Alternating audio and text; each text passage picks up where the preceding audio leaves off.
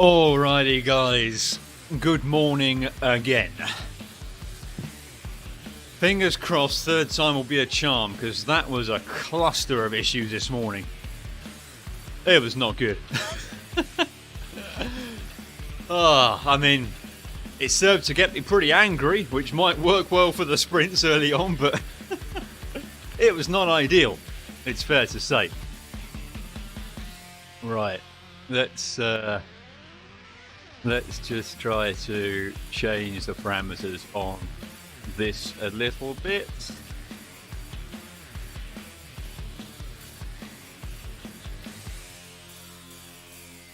Do apologise for the mucking around. It was not my intent, as you can probably tell. Let's lower that down so it's out the way of that.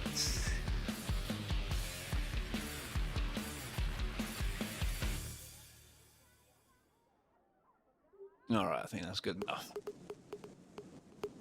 Cool. So, today's workout, Endurance and the Kitchen Sink, is the title.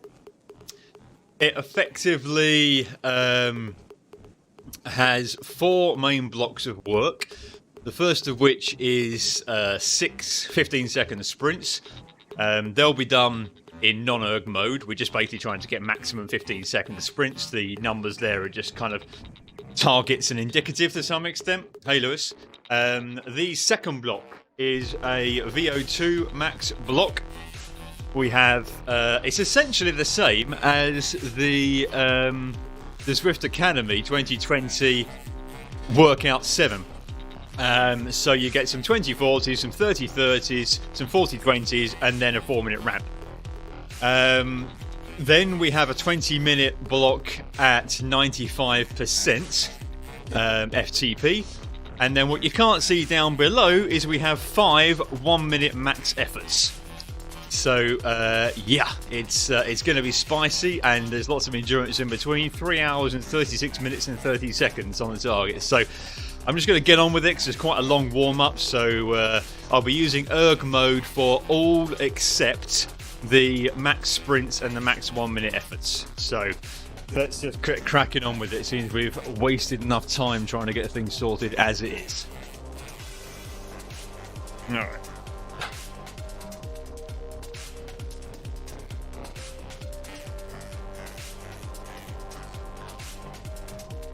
And I'm going to dual record it, see what the pedals say about the power compared to the kicker bike. Certainly for the sprints, that's interesting anyway.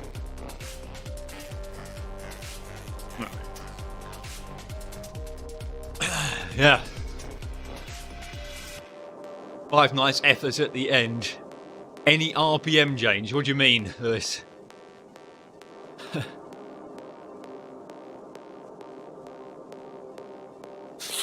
The RPM's going to be all self-selected the whole way. Starting with my windbreaker on, but that'll come off during the efforts. Looks horrid. Yeah. It's not so much a test as it is well, to see kind of a little bit where we are, having had a recovery week.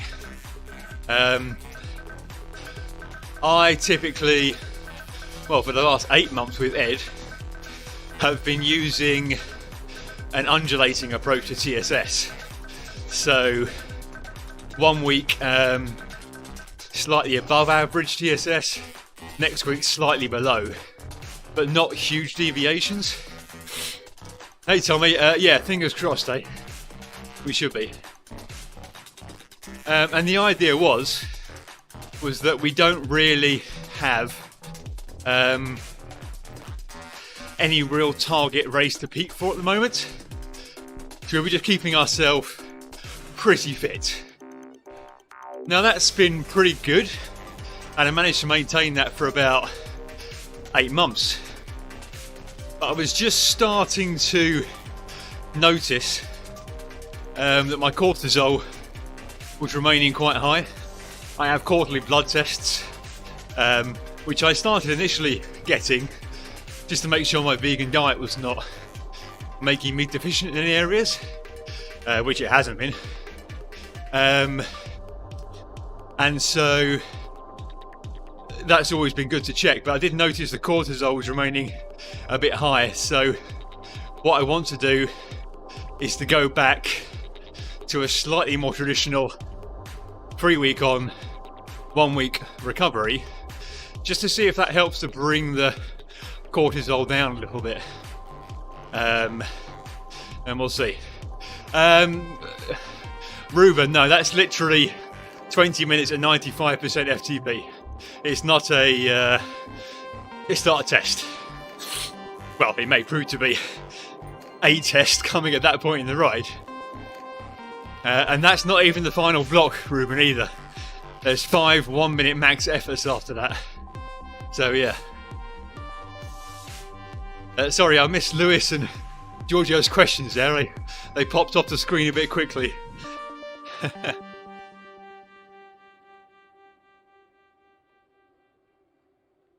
Was that like the blood test question, Giorgio? So I use Fourth Edge. I first started using Thriver, and Thriver's pretty good and has quite a nice introductory rate, and they are good for general health metrics.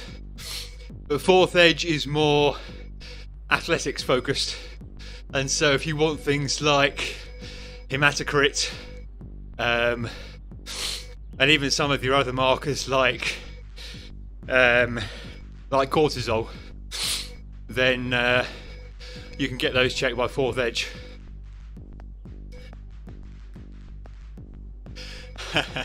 Yeah, I don't really know at the moment, Ruben. As you may know from what I've been working on quite a bit of strength and sort of short efforts, as well as my general Zone 2 riding. But I've not really been doing much in the way of, VO2 max or threshold. The idea certainly is that we're going into a VO2 max block next in February. So this will give us an idea of where we are. So I don't know what I'm going to be like having the heart rate high for any extended period of time, and that'll be interesting to see today.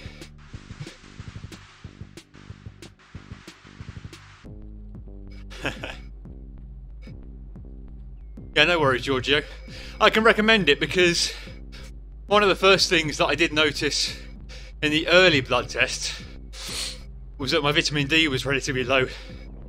As an endurance athlete, we burn through that quite a lot more than perhaps a regular non-endurance athlete, and the recommended daily amounts are really small compared to what you actually need as an endurance athlete.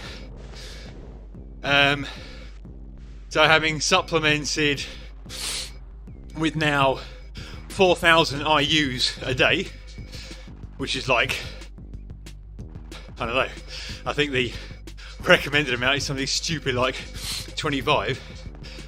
That really helps to keep the other hormones in check, because vitamin D technically is a hormone actually. So it's really heavily involved in in a lot of metabolic processes. Erg is on, Tommy. Erg will be off for the 15-second sprints and the 1-minute efforts at the very end, but I'll leave it on for the other bits. I'm quite good at still changing the gears, so that the transition between the intervals is quite smooth. So, your question, Giorgio, about the feedback. A doctor will review your results and will typically comment on any markers that are out of range, so where you're outside the normal range. So on most of my markers in the past tests, out of about 32 markers, I had about 3 out of range, mostly around the metabolic area. Cortisol, prolactin. So they'll comment on that. It's not a huge amount of detail, to be honest. I imagine if you wanted a more one-to-one consultation, you'd have to go to a proper sports medical institution, but it can be helpful. They've linked me to various other web pages for further information.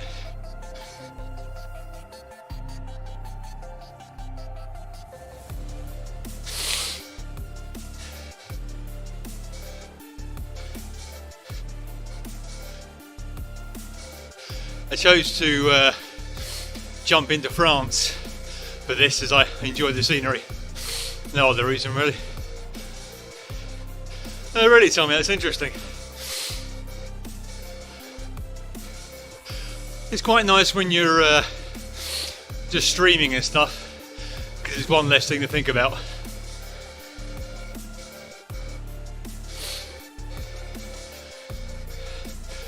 So guys, how did Ed get on with his race? Don't give me the actual results, because I wouldn't mind watching it back later. But he's alright, because he seemed quite stressed at the beginning with real life woes. Hopefully he did alright.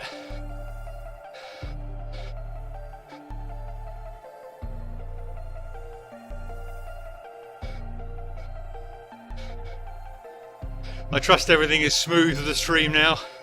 Audio levels are okay after the woes earlier.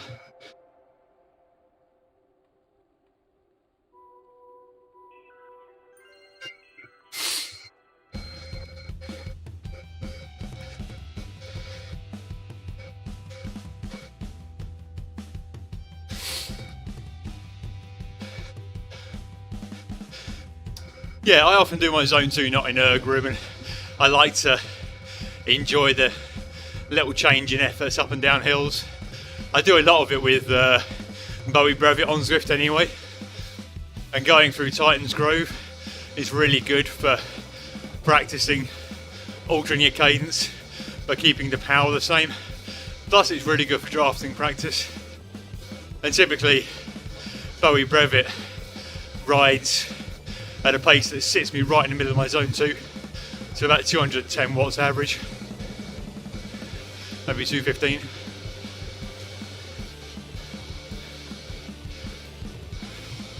Heart rate a little high this morning, combination of a little anxiety for the workout, plus being relatively fresh, coming off a recovery 5 days. Not crazy though.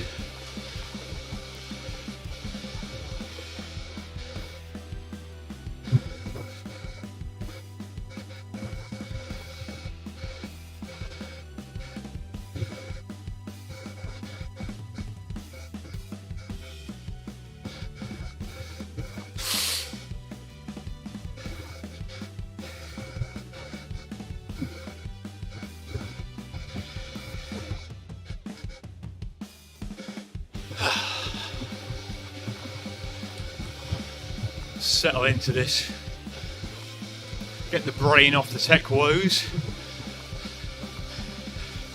Kind of messed me up a little bit because I had my breakfast at an appropriate time for a 9 AM start.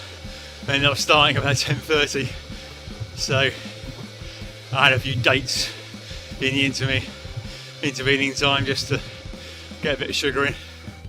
And I've got plenty of fuel next to me, so it should be good.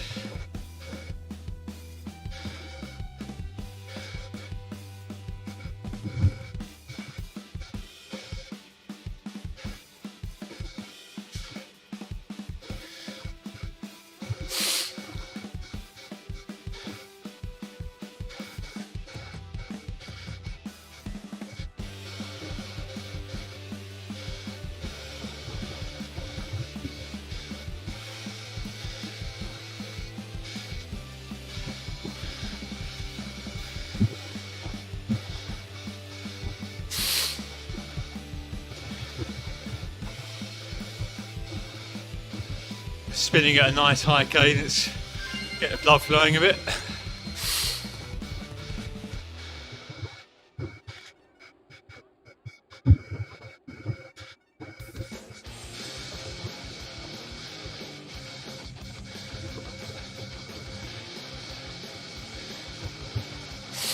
But yeah, for those interested in what the main OBS woes were, for some reason it added every song in my music library as an individual media source in the sources column.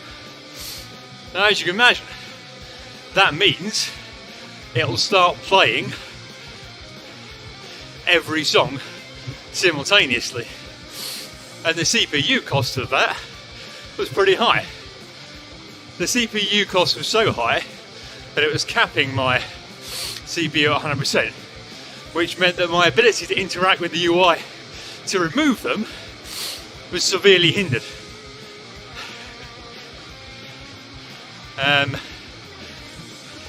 So it took some fun and games to try and remedy that. We got there in the end.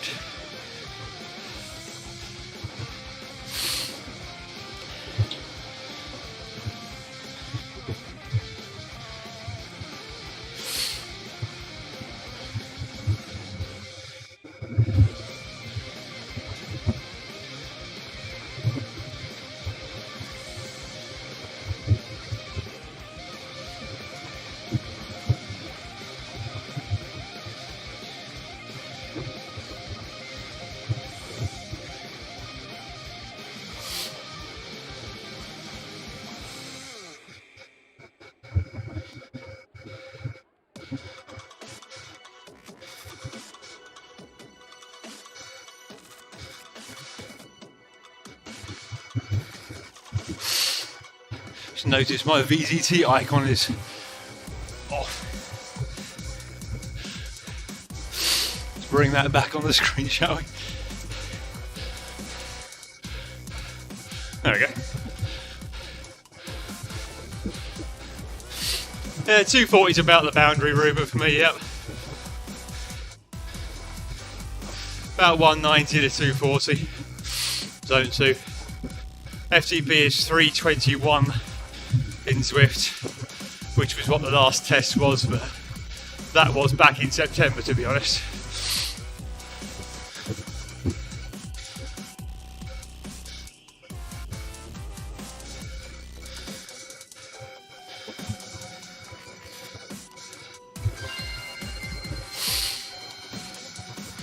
Max heart rate is typically around 190, although when fresh it can go a bit higher, which it may be today.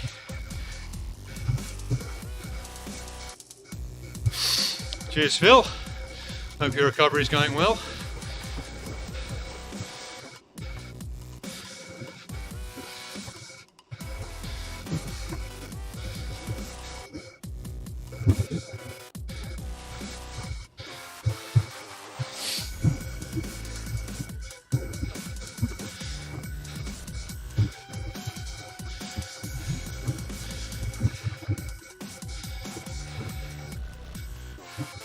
So for a 15-second sprint, compared to a 10-second sprint, I generally have to go slightly lower cadence.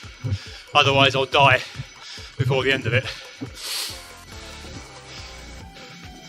So I generally start a bit slower and ramp up, as opposed to what I do on a 10-second sprint, which is go like more of a track sprint, e.g.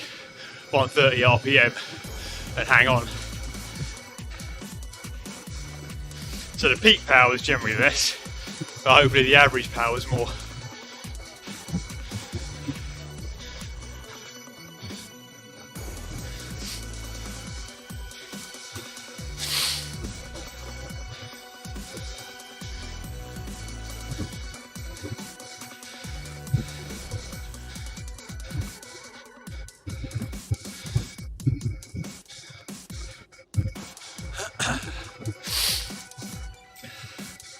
I'm starting to physically warm up now, so another 10 minutes and the jersey will come off, I think.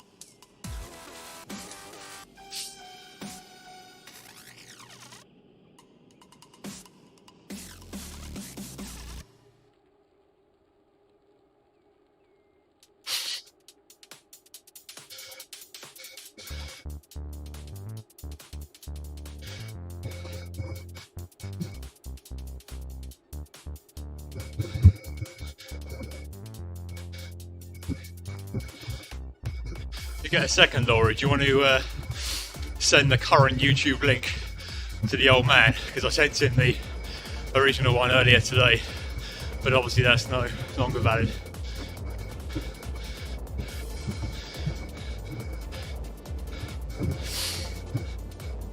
Should work out well for him, because I think he's doing a run this morning at 9, so he would have missed the start anyway.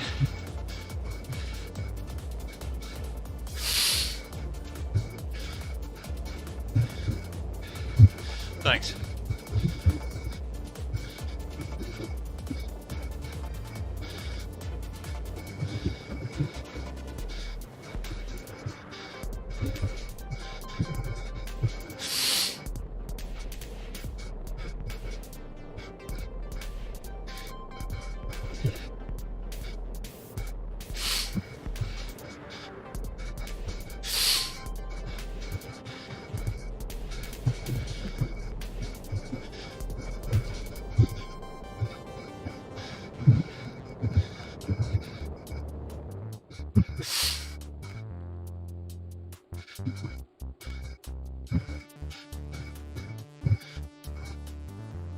Obviously a pretty decent warm-up for such a long workout.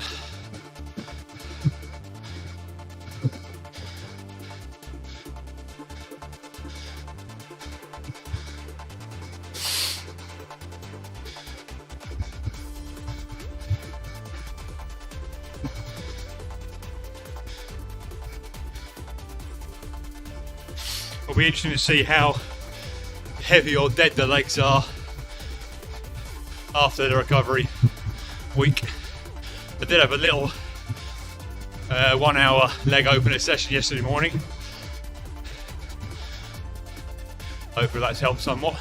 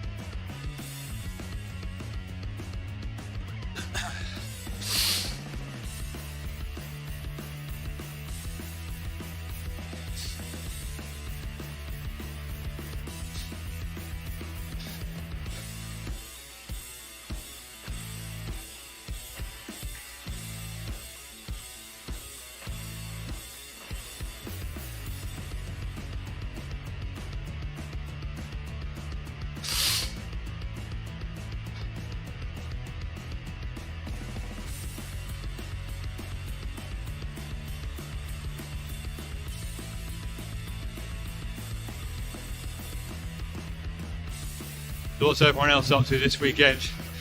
Groom is doing some zone 2.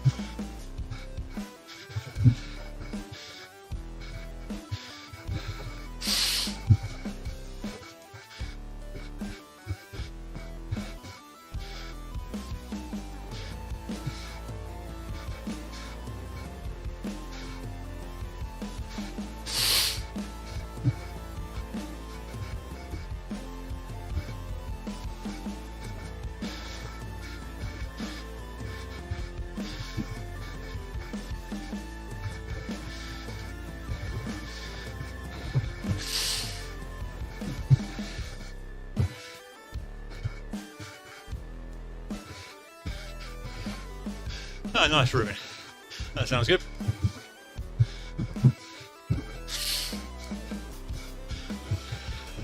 Are you able to get outside and do that?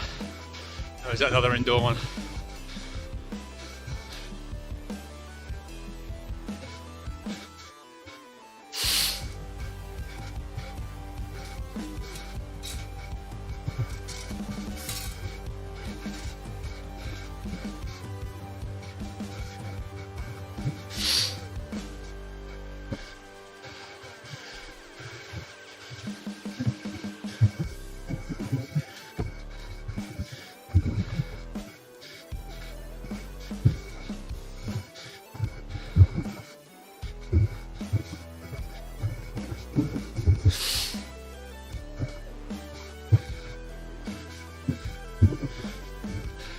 Oh, lovely.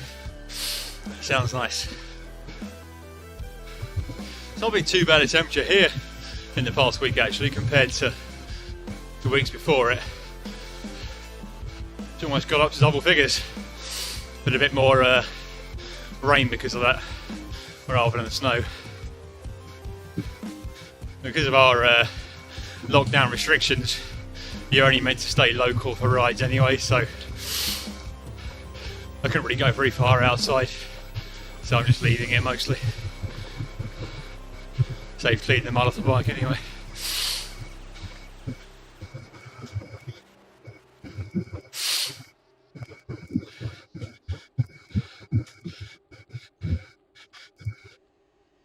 Oh, getting there. Jacket off shortly. Remember to turn erg mode off about a minute ago.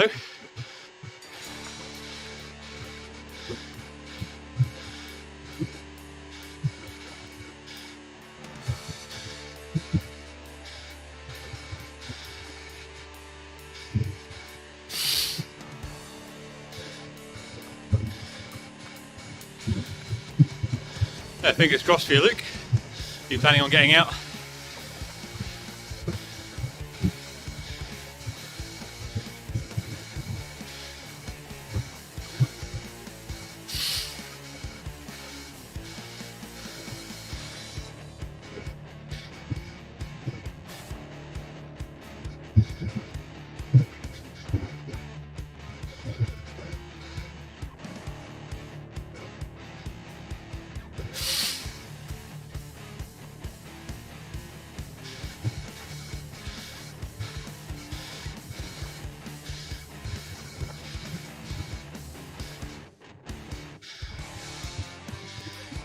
Thanks, John.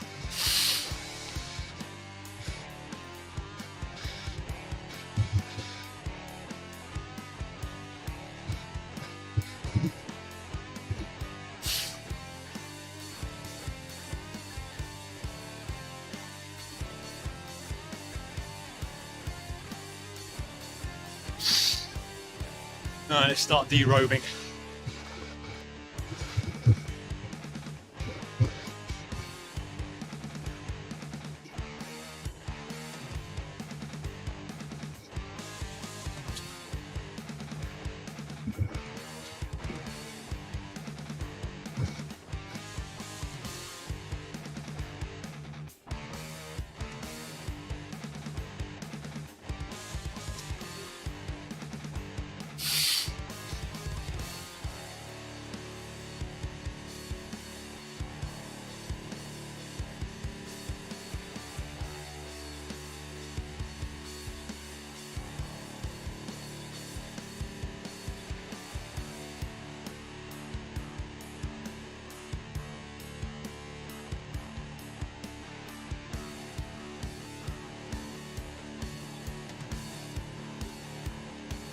Thanks, Richard.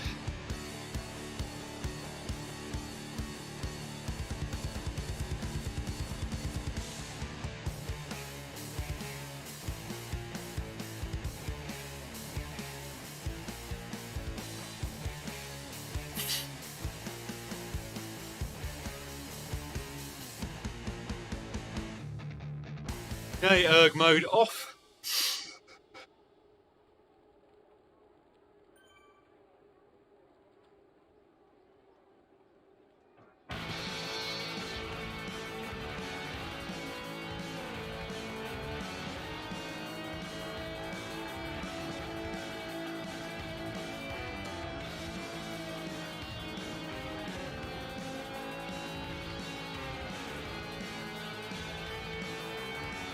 Yeah, sorry Zach, it was a bit of a cluster of issues this morning. Yeah, here just in time for block 1 though, so that's good.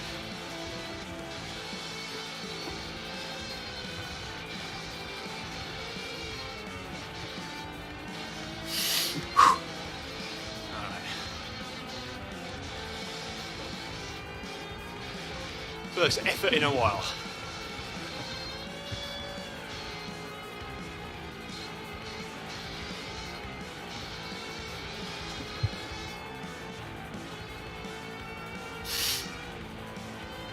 Cheers, Zach, well done, mate. Hope it went well.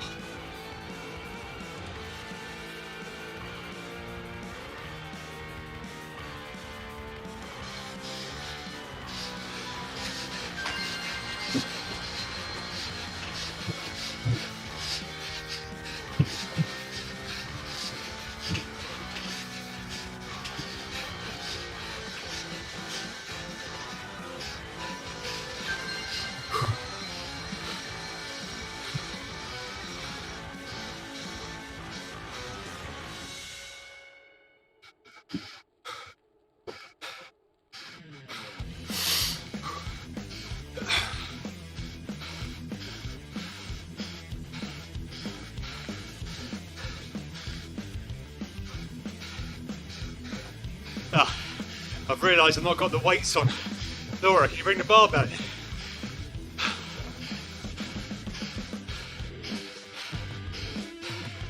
I've not got anything weighting down the front of the kicker. Normally have weights on there.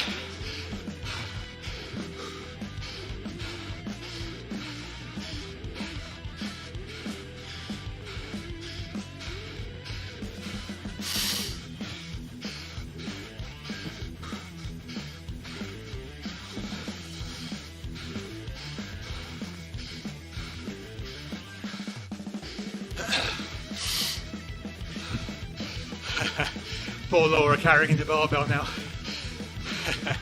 50 kilos. Just careful on the door.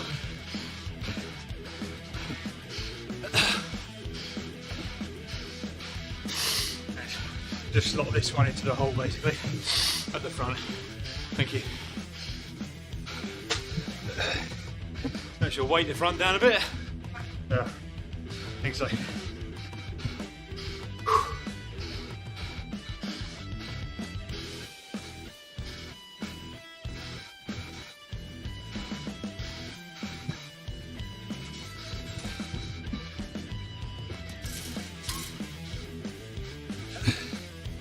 Nice, Zach.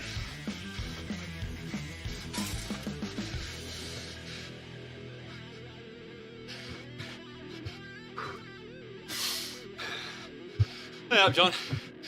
Yeah, sounds good, Lewis. Got the first sprint out of the way. Then realised that the weight I put on the front of the kicker wasn't there. As it was jumping a bit.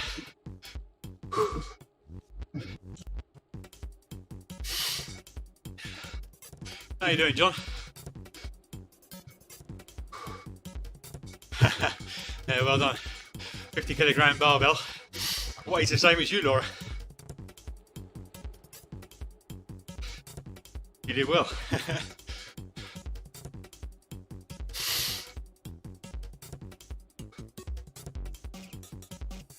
Oh yeah, I saw that popped up.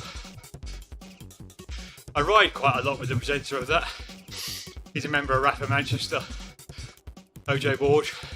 I ride with him sometimes. I have done. Lives down on the Keys.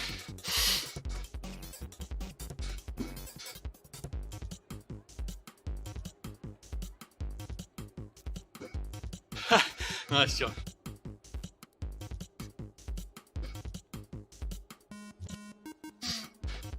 Mancunian, you mean, Lewis? Not Manchurian. Mancunian.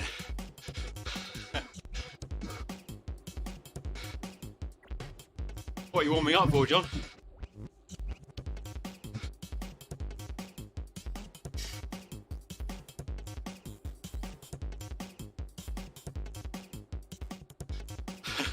Oh, I see. I wasn't sure if you knew the actual gerund of people from Manchester.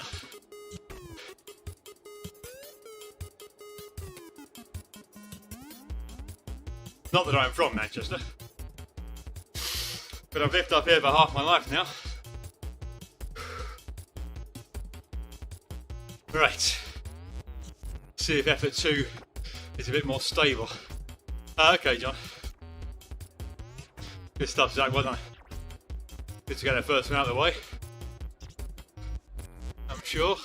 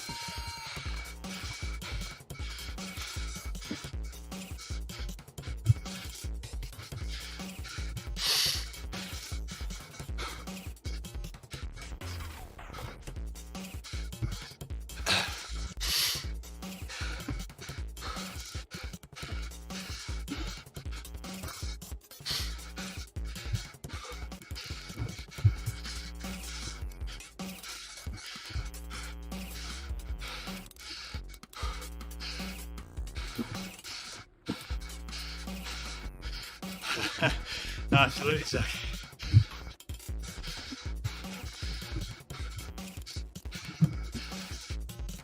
I don't think I've got low latency on this version of the stream. A little Reuben, but as I mentioned earlier, if I'm going for peak power, I'll do a shorter, higher cadence one. But I find 15 seconds I can sustain a better average power if I go a bit lower cadence. Hey Sam. In fact, Laura, if you get a second, can you go onto the laptop and just bring it in here, and I'll get the ultra low latency turned on. Currently applying 15 seconds behind you. Whew.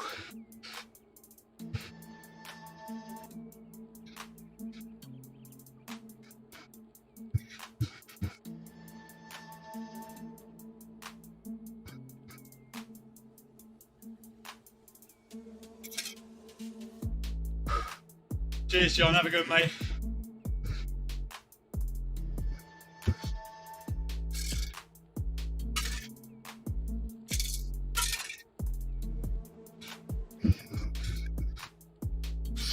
Let's see if I can fix this on the fly.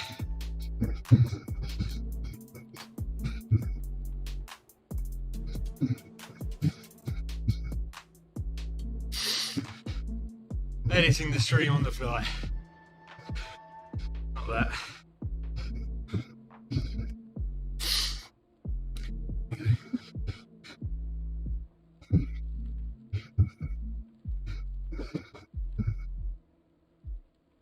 Let's go in.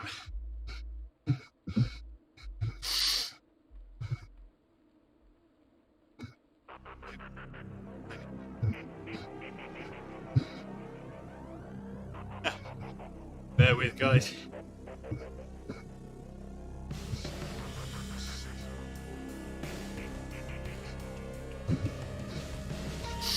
Can't find a setting now, it's like, I think it's down here, but there's no scroll bar, is there? Oh, stream settings, maybe. Aha. Here we go. Don't know if I can change it though, now it's live. No, can't. No, I can't change it, alright. You can't change the stream latency once you're live, it seems.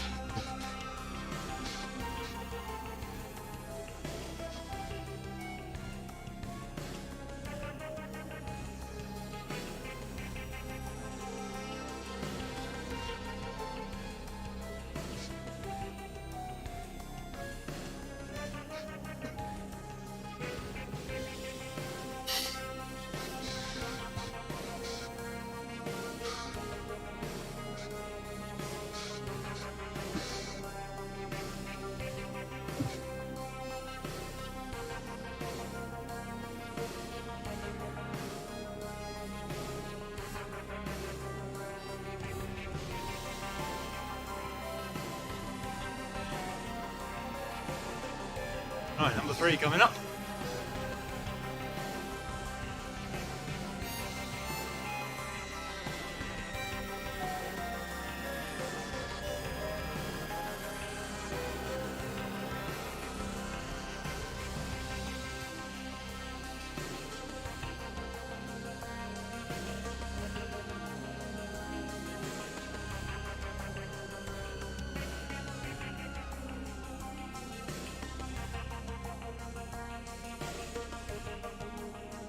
Try a slightly higher gain start on this one, just to try and prove the point.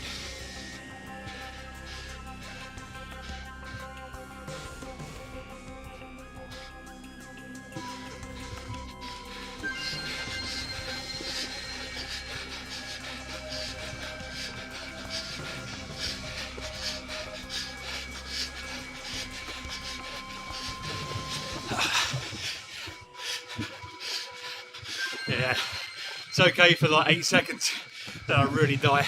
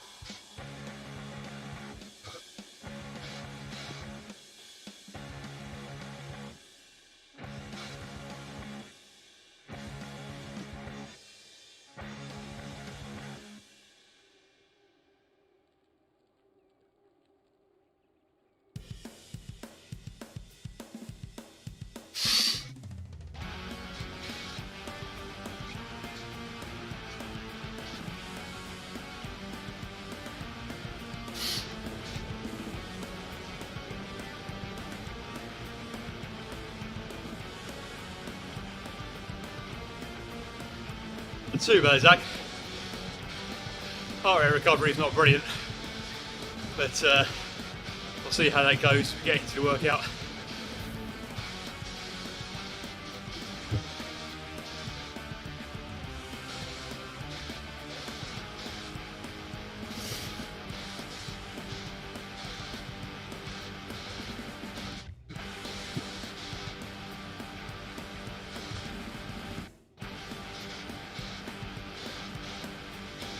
The real selling point will be how we're feeling after block 2.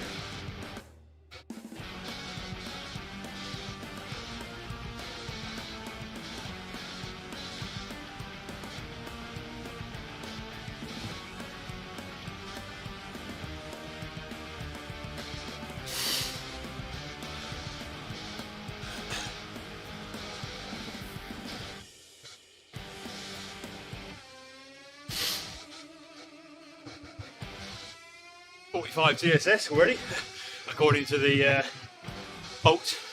Bolt's got the Asiama pedals connected to it, and the gigabytes connected to the Swift as a power source. Interesting to compare the power on the sprints in particular, certainly from a peak perspective.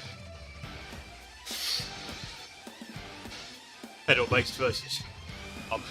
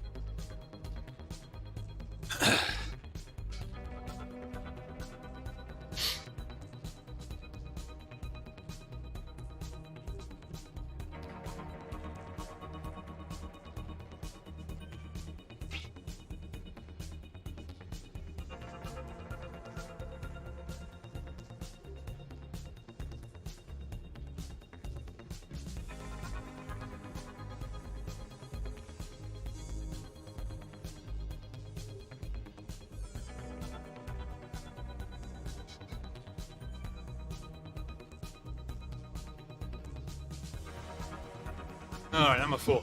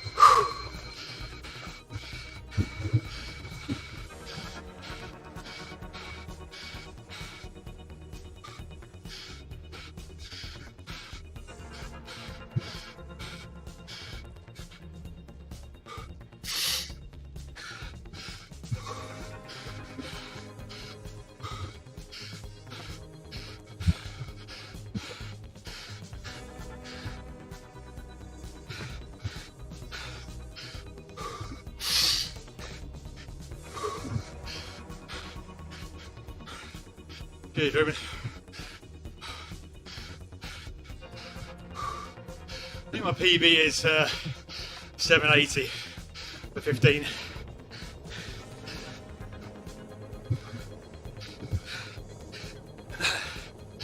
So, not a million miles away, I don't think.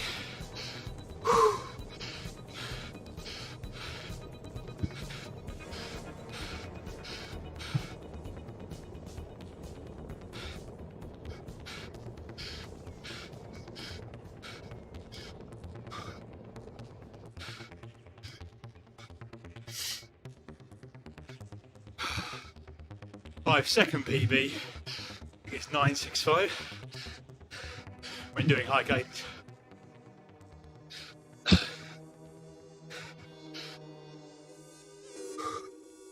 Need to keep going with the strength work, even though moving into my VO2 max phase. We'll keep a bit of that going.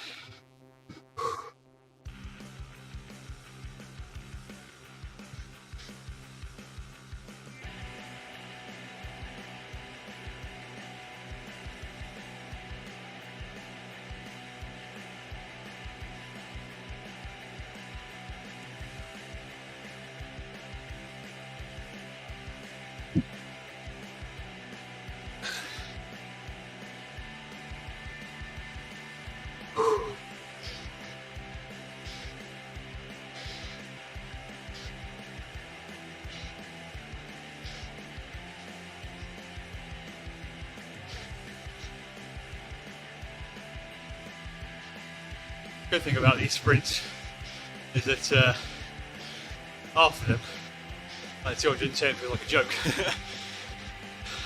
because of the power differential. But that will catch up as the hours go on. Little stitch, should pass in a minute.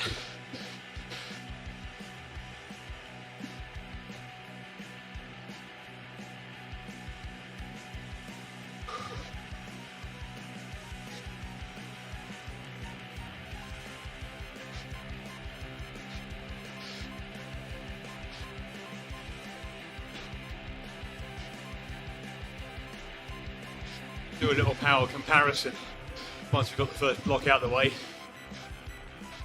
or at least see what the bolt reckons. We're getting some chat being replayed at the moment for some reason. Not 100% sure why, but whatever. Not the biggest tech issue we had today, that's for sure.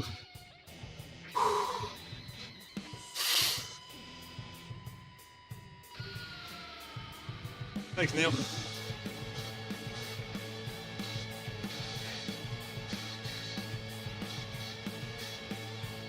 If you're enjoying what you're seeing, guys, a little like on the video helps. Appreciate that.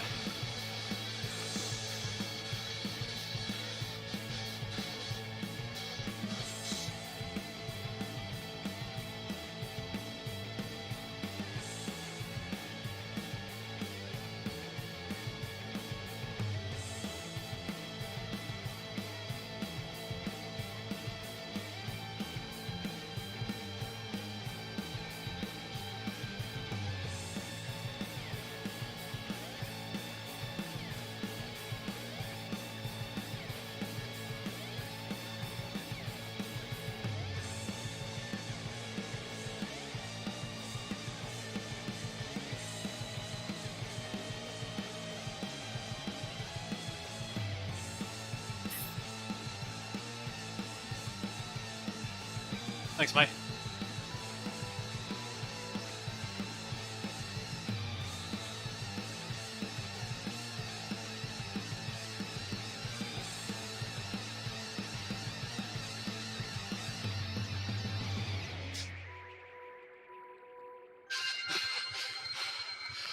Hey Theo. Not too bad, mate. How are you?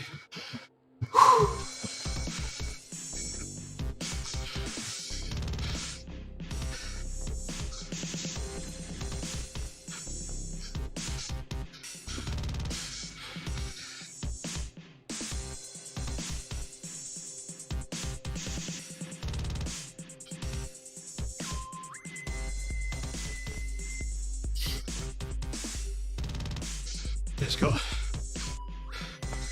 one more sprint to go.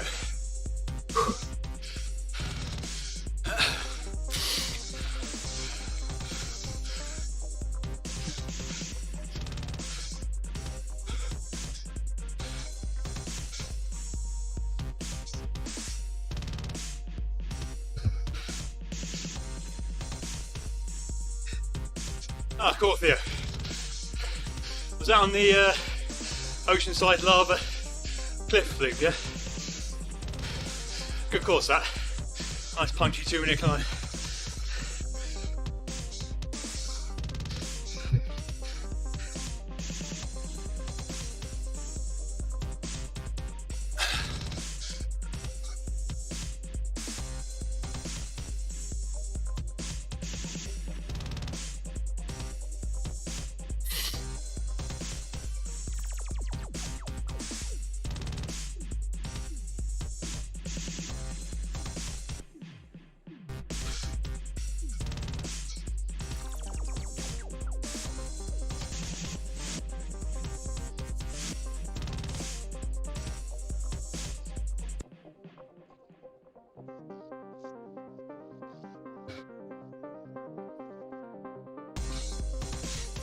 Nice.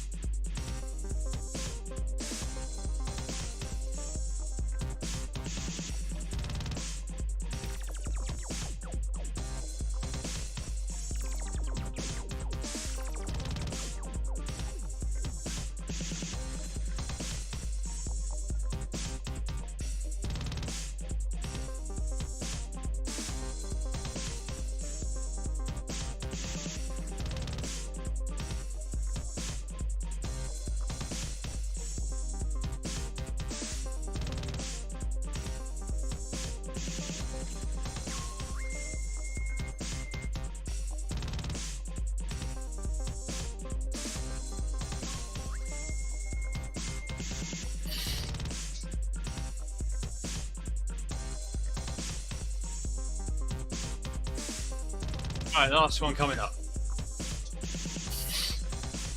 Feeling it a smidge.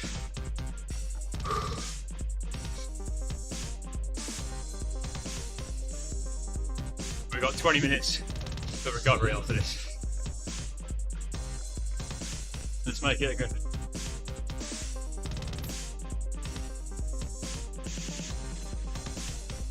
Repeatability and consistency is the key.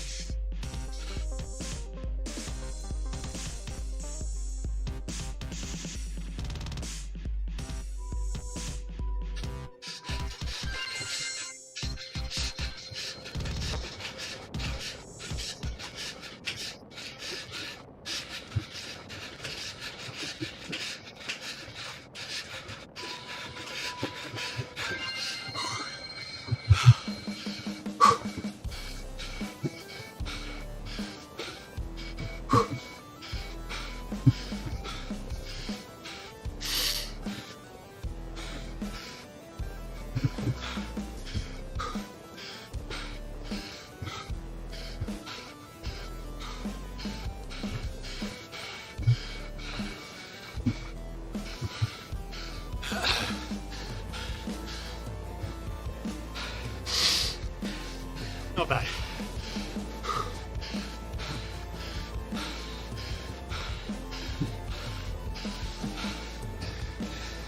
Well, that's the warm-up done, yeah? 65 TSS already.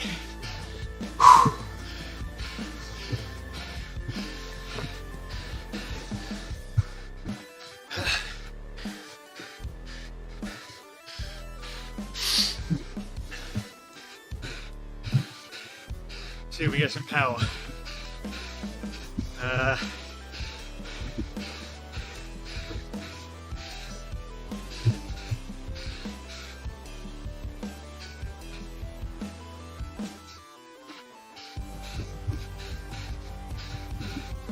I'm not sure I can do that here.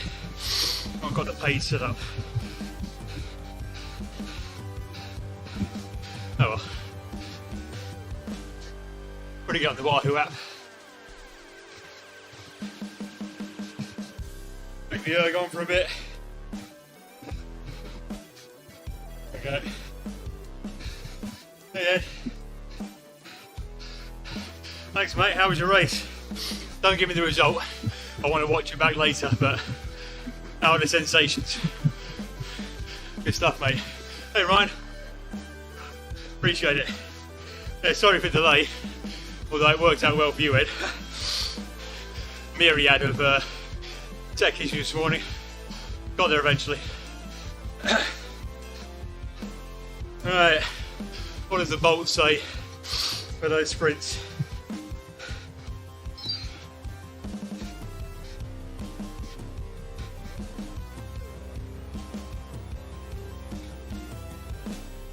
There we go.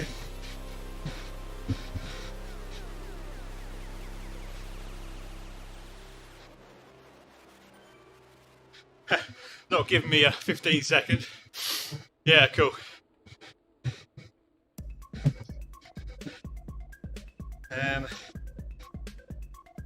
Come on, where's the power metrics? You can see a curve. What I'm trying to see is E times. But it seems to be 5 or 20.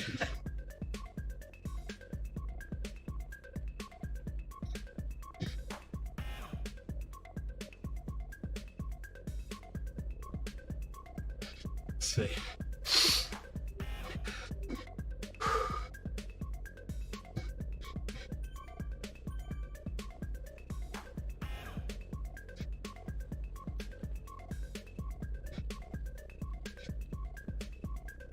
Yeah, no dice there, unfortunately. We had to get it 1 minute later, but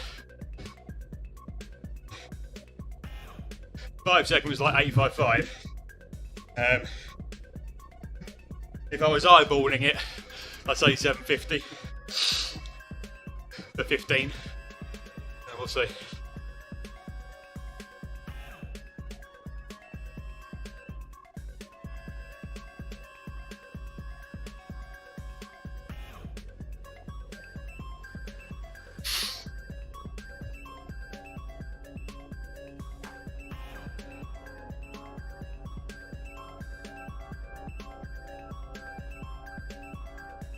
So 67 TSS the first hour, 227 average watts,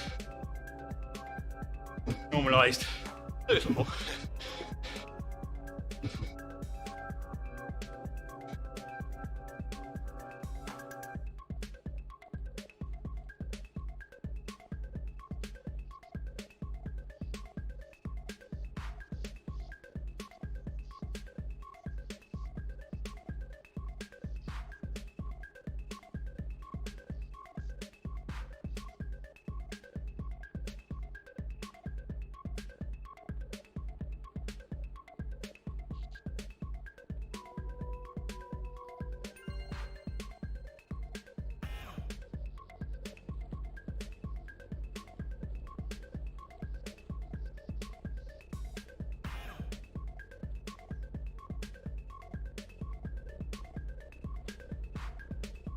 Yeah, absolutely, Ruben and Ed.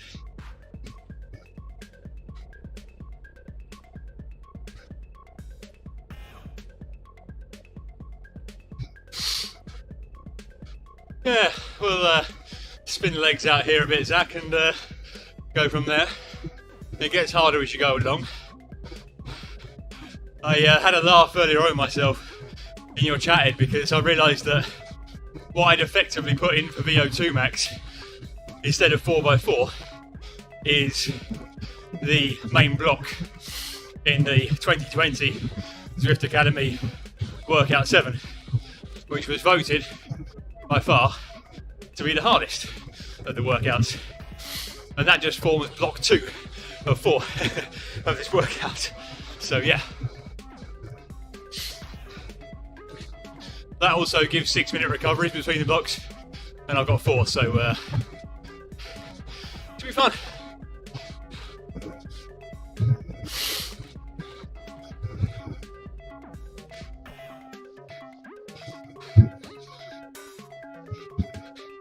Yeah, exactly, Ruben.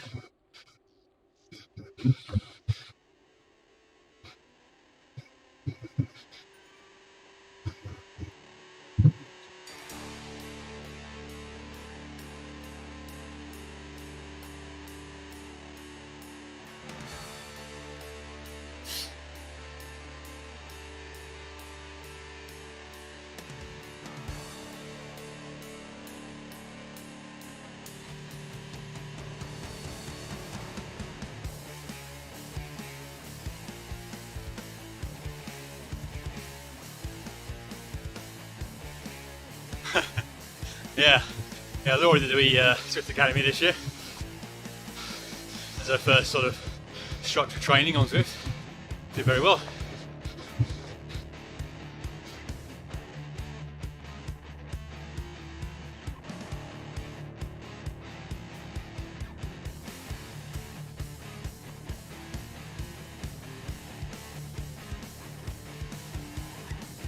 So I'll be keeping erg mode, but I'll shift up one gear for the effort and down one gear for the recovery. That tends to work pretty well, I find, if keeping a similar cadence. We'll adjust as we need to.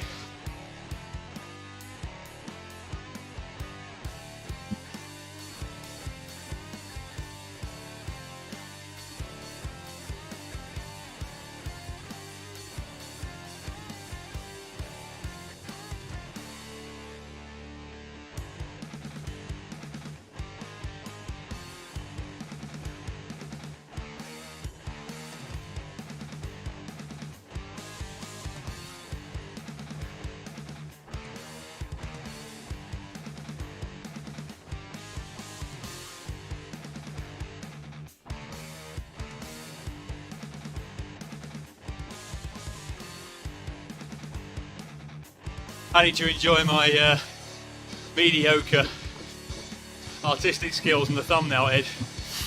I wanted to go with something a little different to my usual race thumbnail. Had a little fun with it.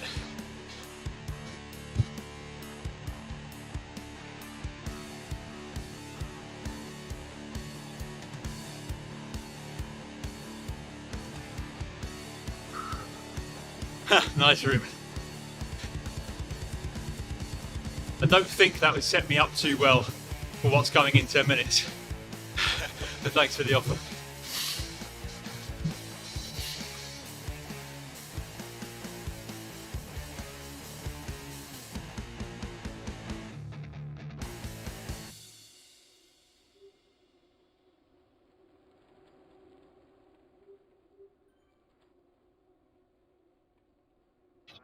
Nice.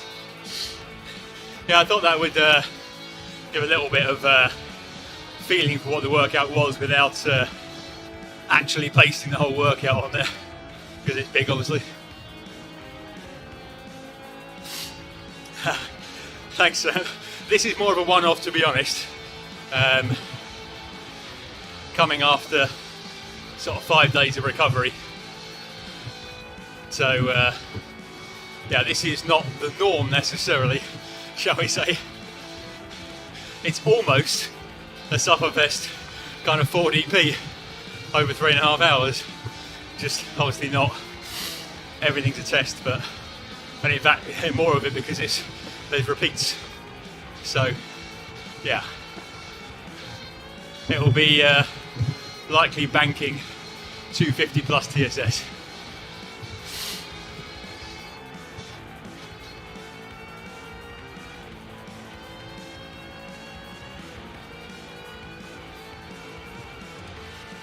I would often average a good 800 TSS a week, and the past 7 days is probably only 350 maybe.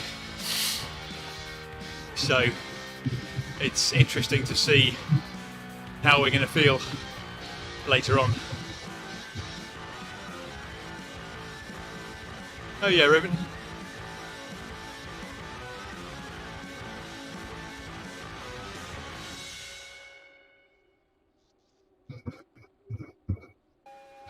Okay, Ruben, nice. Well, let's hope it's not a disaster, right?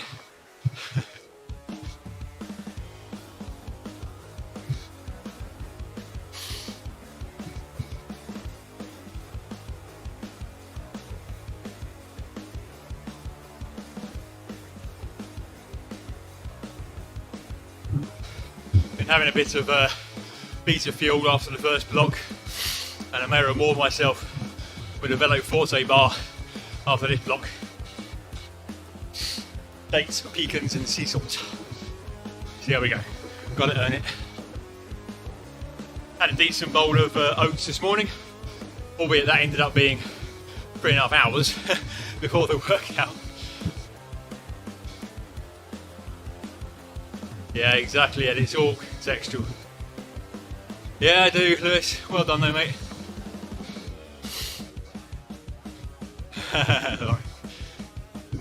He did pretty well in the last VO2 one the other day.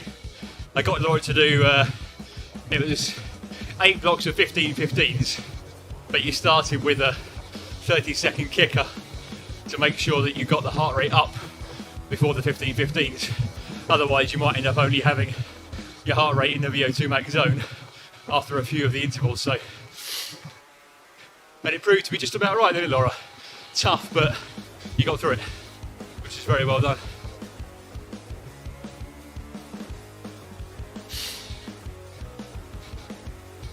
Yeah, I'm looking forward to getting outside again properly.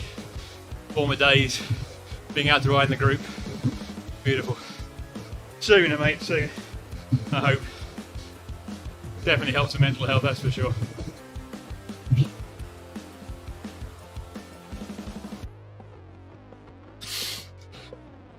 Yeah, Chris. How you doing, mate?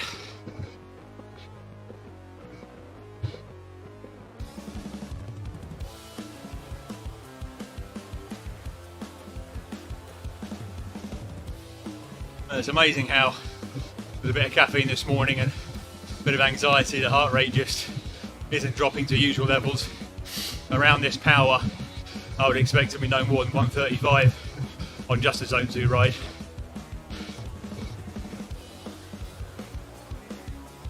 So a bit of freshness there, a bit of anxiety, all that. Yeah, I did, Laura, yeah, that's right. No, you did very well. You know, if somebody who's only been really on the bike and on Zwift for a few months, you've done very well. Just doing mostly a lot of Zone 2 with Laura, keeping the, you know, the sensations of being on bike for a bit longer each time, and then throwing in the occasional intensity. But not enough that she wants to throw the bike out the window. Ooh, lovely, Lewis. Good work.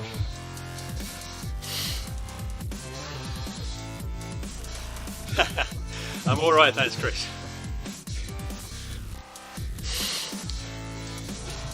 Yeah, it's a spicy one.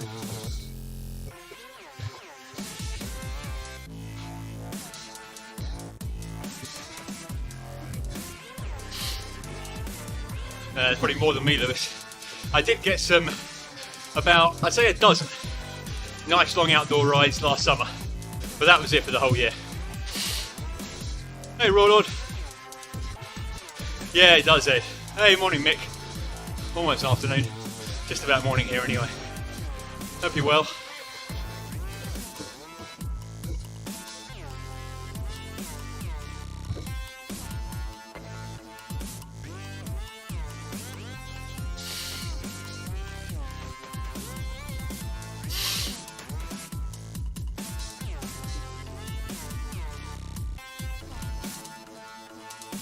My best day in the saddle outside was probably Blackpool and back. Nice flat ride, 235k, only about 1200 metres of climbing. But we averaged, I think, 31k an hour, me and my mate, maybe slightly over. Just keeping it consistent, tension on the chain, that's 7.5 hours or whatever. Oh, good stuff, Mick. Well, glad to be helpful. Cheers, Lord. Good to see you, buddy.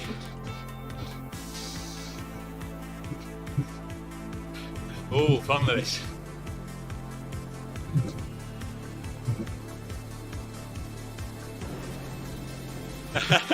No, it's also very much so not a race, Lord. I might go insane 3.5 hours on downtown Dolphin. That or dizzy.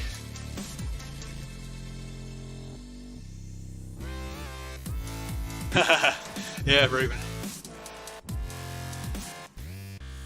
Alright, 3 minutes till it begins.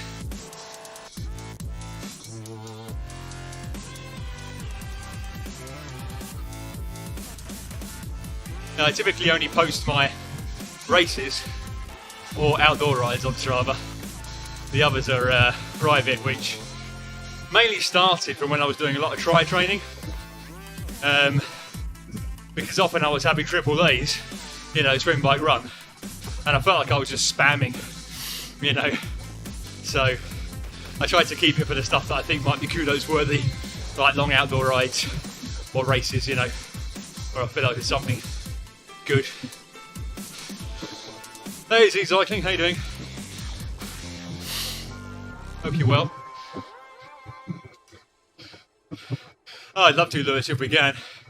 There's lots of places I'd like to get to, but I'm almost trying my best not to plan at the moment, just in case it all goes to crap again.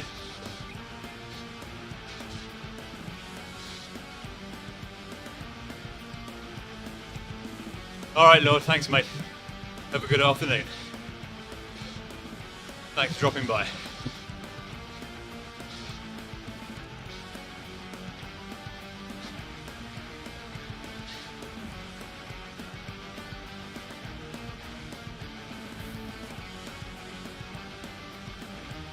Oh yeah, absolutely, Lewis. No, suggestions are always good. But yeah, anytime I think about what I could do, I just temper it a little bit at the moment with, well, wait and see. I'm so tempted to book so many things, but I've had to cancel and try and get refunds for so many things in the past 12 months that it's taken my appetite away from planning a bit, Good stuff, Andre. Yeah, you might be right there, Lewis. I've been to Portugal more for golf, actually, than I have for cycling in the past. Enjoyed it, though. Alright. Focus for a bit. First 8-minute block.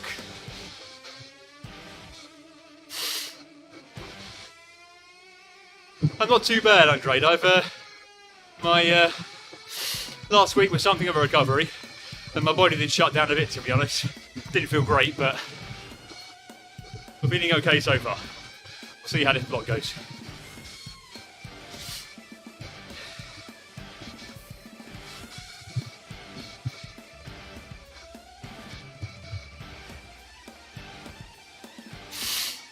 Okay, just here we go.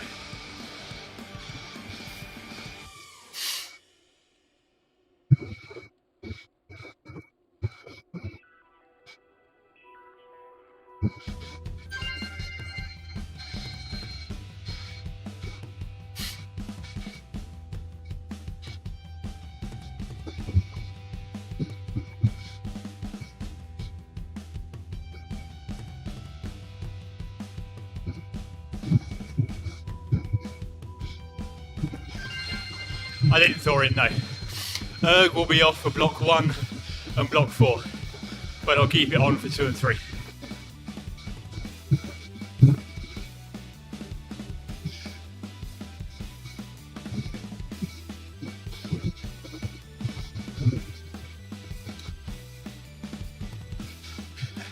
Well, that's more than my 20-minute power, that's for sure, Lewis.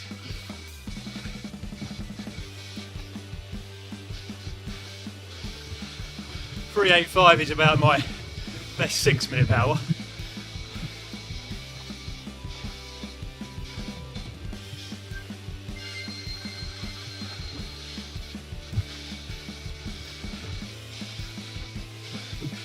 I find it makes it easier, Lewis. Certainly mentally.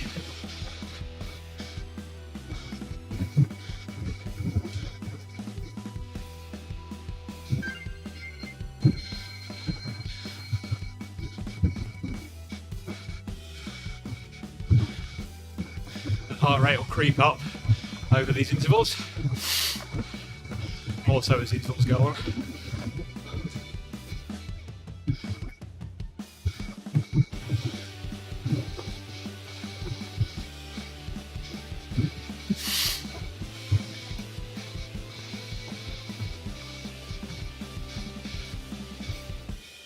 Yeah.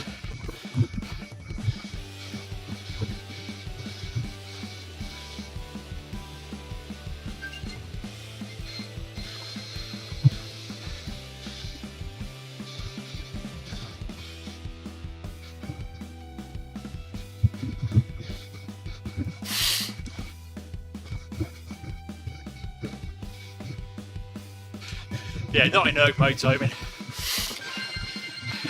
That's why I said I turned it off for block 1 and block 4. It's not even really a target. It's just about what I think is possible on a good day. I don't have it on for the anaerobic blocks.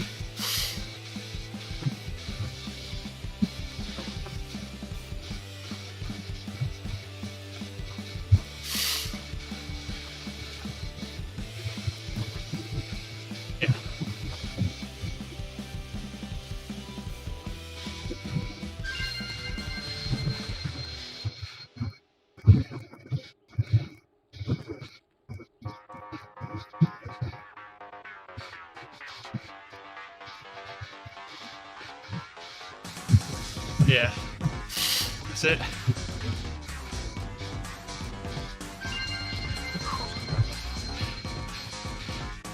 feel it's going to get spicy, let's say that much.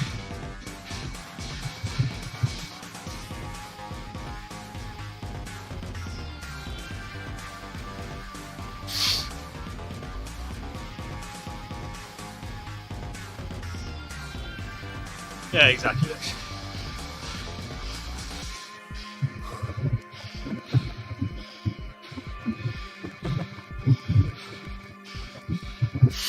Okay, Thorn, yeah, probably.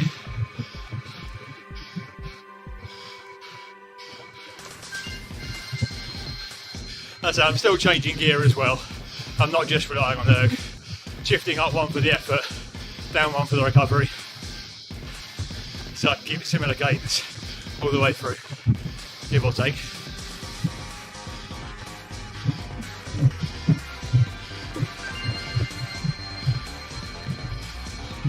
Thanks, Zacho.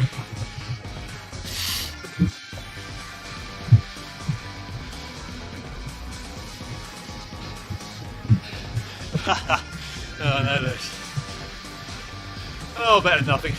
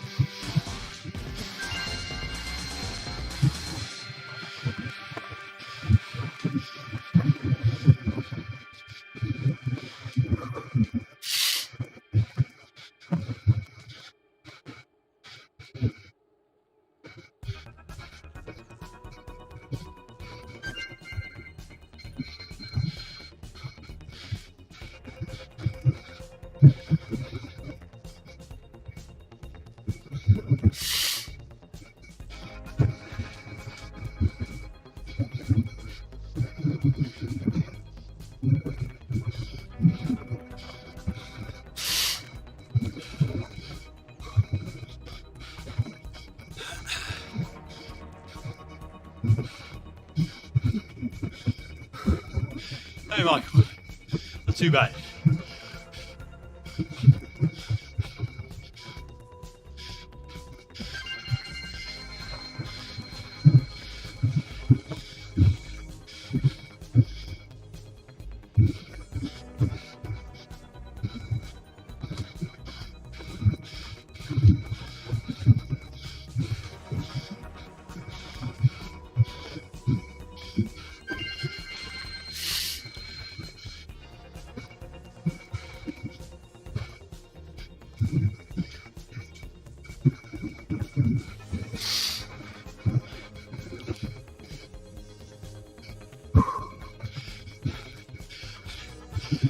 Yeah, this block is the whole of that workout, and it's block 2 of 4 Mick, and it's got less recovery. 4 minutes instead of 6. Yeah, I'm sure it will be.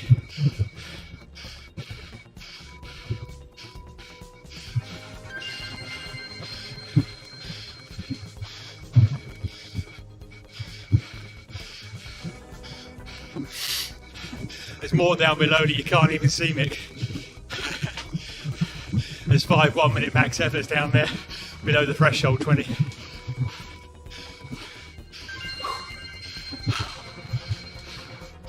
Alright, set 1.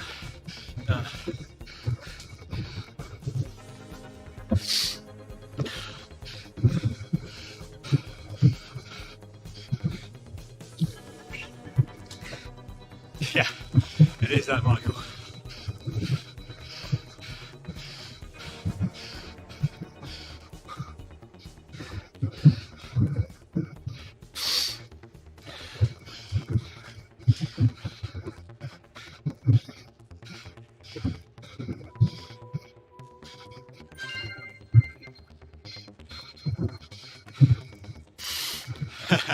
Yeah, it must have been annoying him, Mick. I took a recovery 5 days, that's what I did.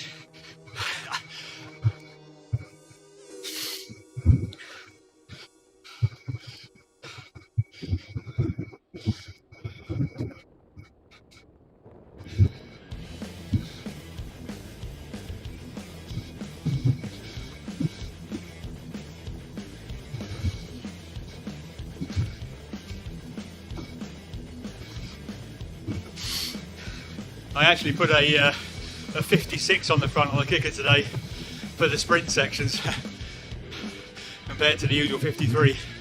Obviously you can adjust it in the app on the kicker bike, so yeah, it has been for 8 months, Michael.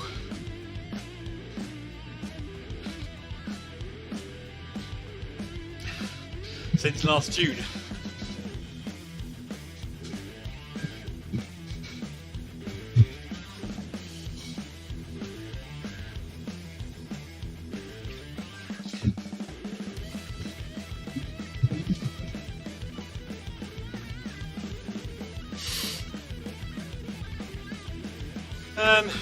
Haven't really noticed that, Dorian. In general, good. No big issues. The only one is the quick release on the handlebars doesn't do up tight enough, so they had to send me a bolt so that I could screw it into a more permanent fixture. When you're out the saddle, it tends to slip a little bit. That's the only real thing, though.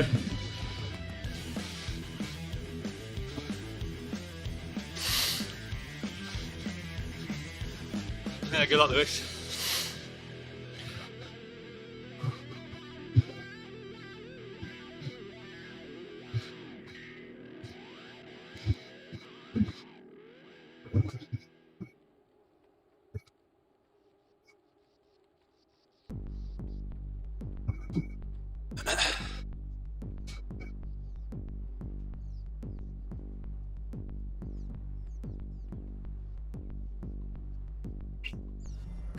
life, all the richer. Thank you for the follow. Too much power, John. That's unlikely.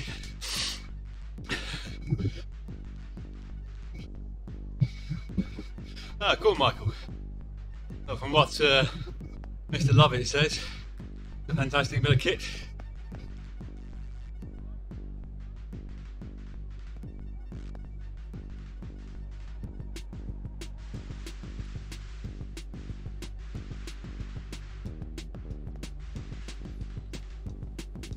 See how things go in terms of getting out the saddle on these efforts.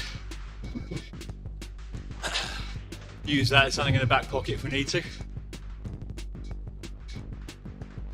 depending how legs feel.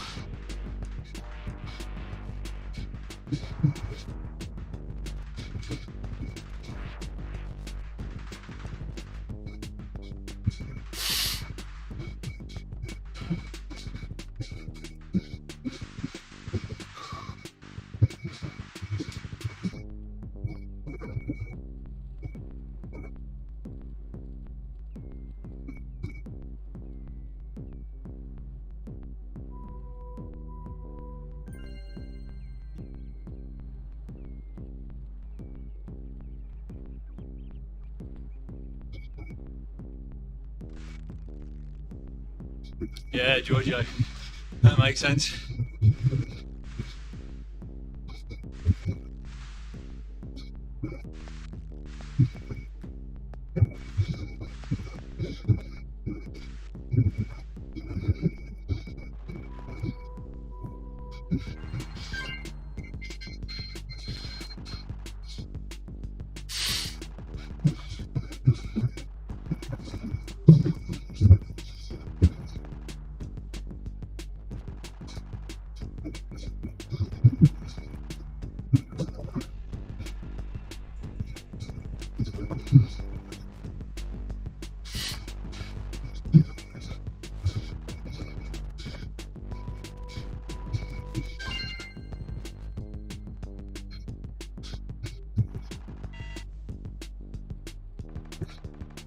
Hey Tim.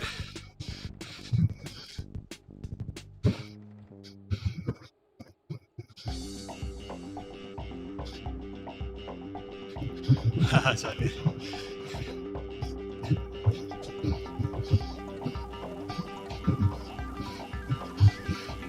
Oh, nice then.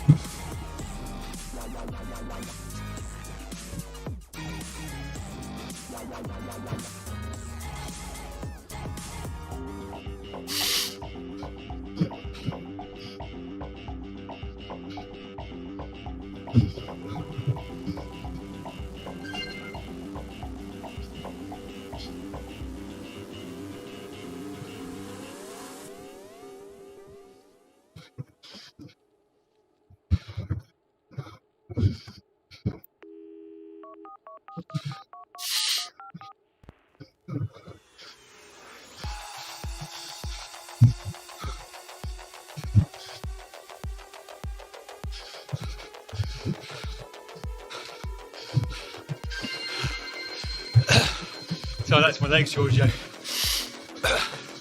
Not good, John. Not good.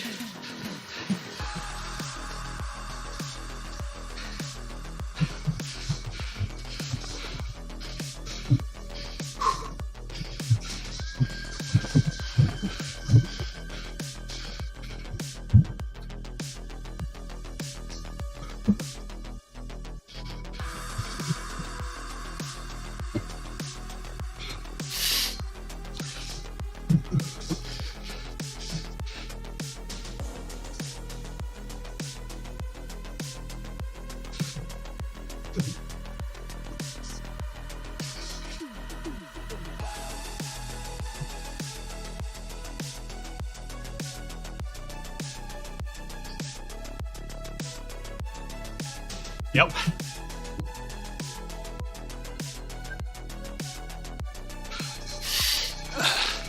It is, John.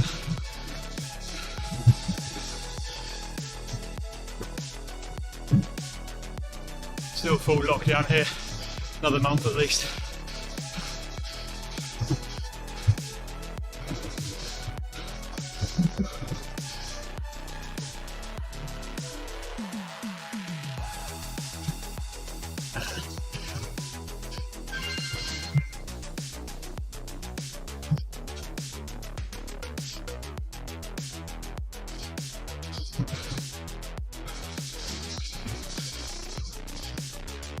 Hope so, mate.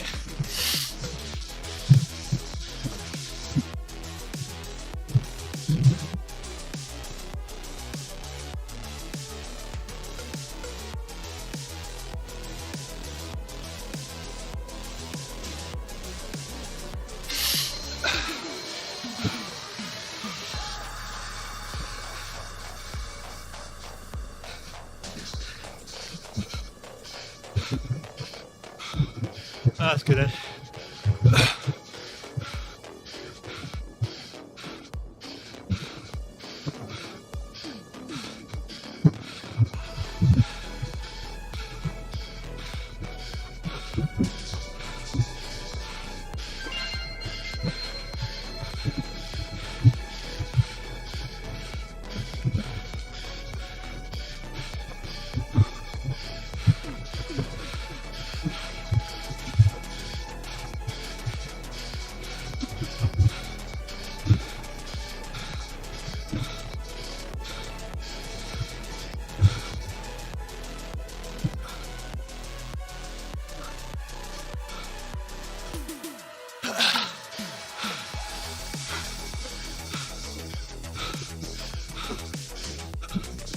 Good, Lewis, good luck, mate.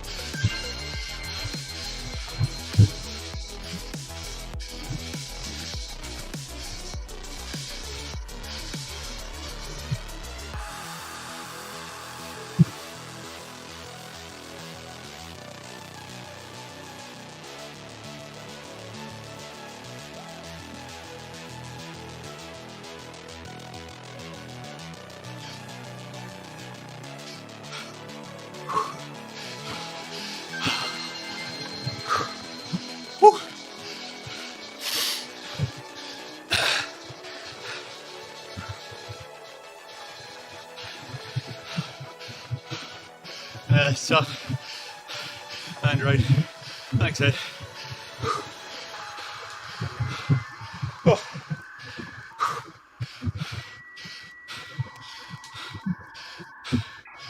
Hour and a half in. 107 TSS.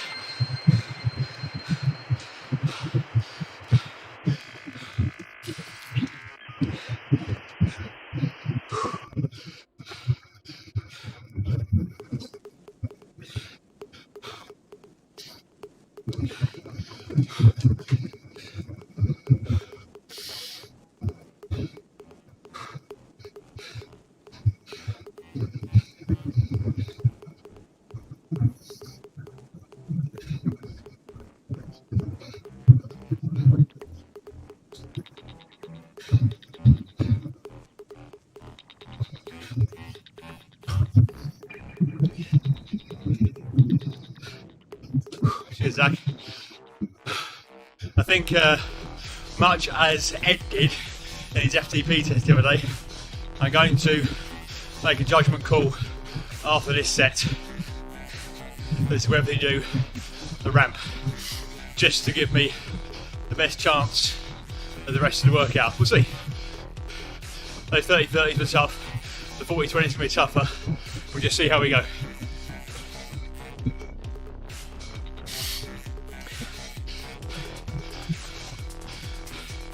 Yeah.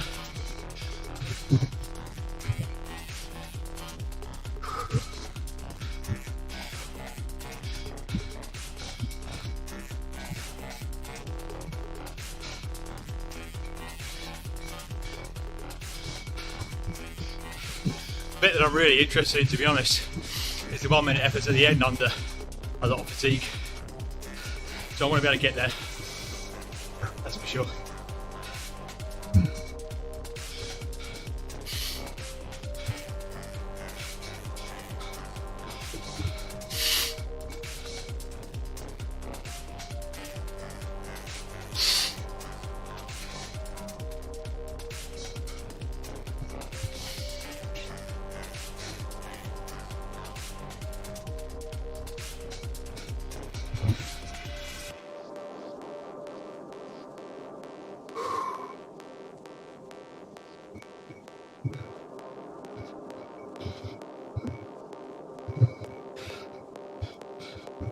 May try alternating in and out of the saddle on these ones, just to get a bit more glute work. The quads are limiting it a little bit right now. Yeah, exactly, Ed.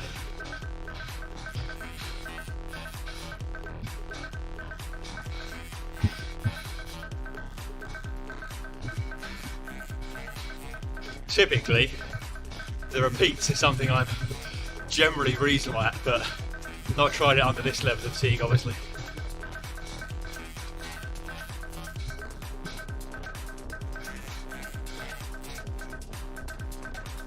All right.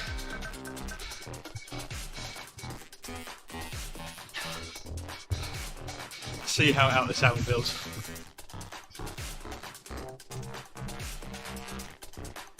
Mix it up. Bit of backside of rest too. Get the glutes firing.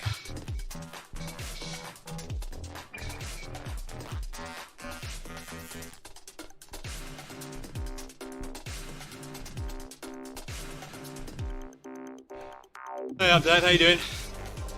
How was your run?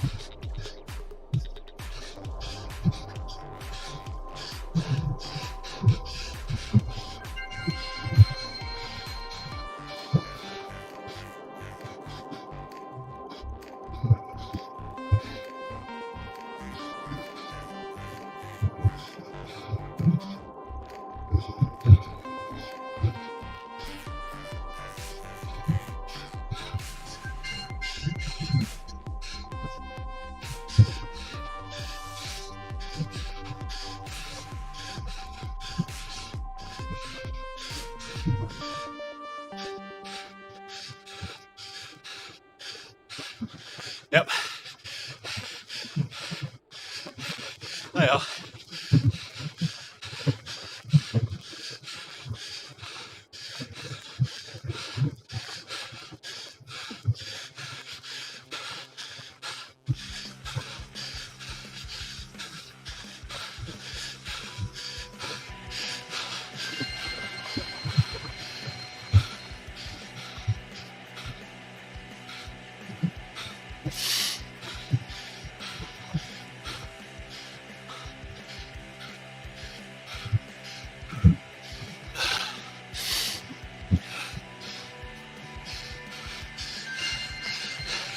Okay. Recover now.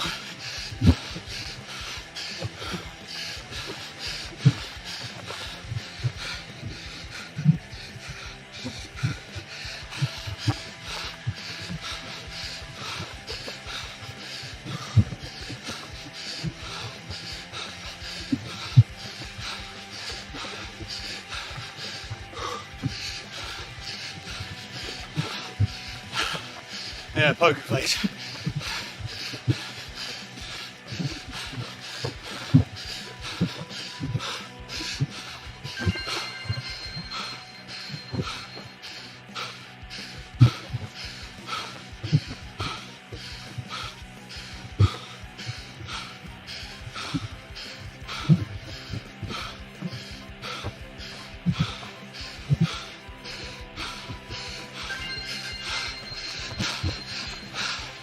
120.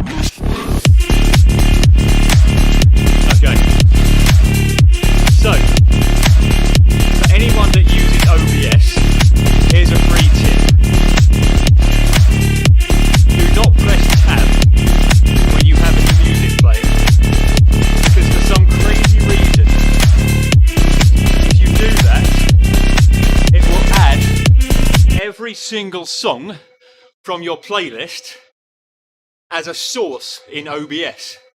And as anyone who uses OBS knows, when you add a source, the source has its own separate audio. So literally, 160 songs were playing simultaneously. Which is why you got a clusterfuck of noise.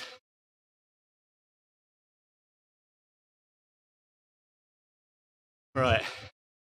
So, I was feeling it a little bit anyway, as you saw, having only completed 5 out of 8 reps of the third set. What with that and the stream messing up, I elected to skip the ramp, which I was thinking about doing anyway. So let's just try and get back on track here. Apologies for that. It's been a day where tech has gone mad. Hopefully things are okay now. I'll try and put the regular music back on now. It happens, Laverack. Thank you for your patience, guys.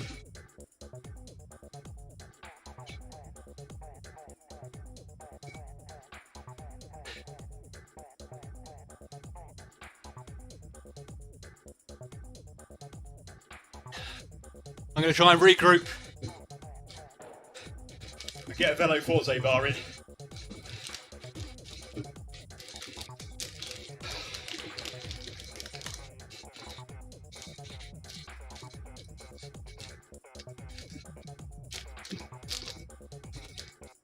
Or at least some of it. They're pretty stodgy.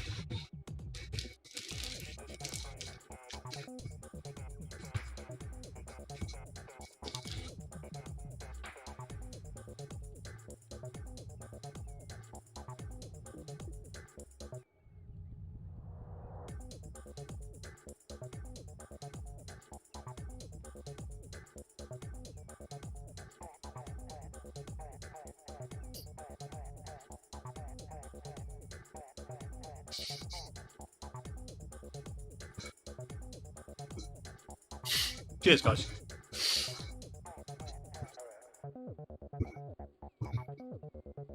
Oh.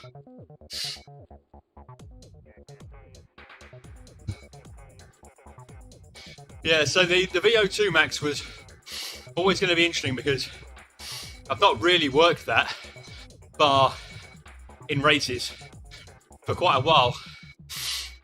So I knew that we probably would hit a limiter at some point on that, but that's what we wanted to know, really, because we're going into a block of VO2 max work now, so a chance to work on that, raise the ceiling up a bit, hopefully. To be fair, I've also not done any long blocks of threshold recently, but that usually is a strong point for me. So this next block is 20 minutes at 95% of FTP. But obviously after the work that's come before, it will likely feel like about 100% at least. So we'll see.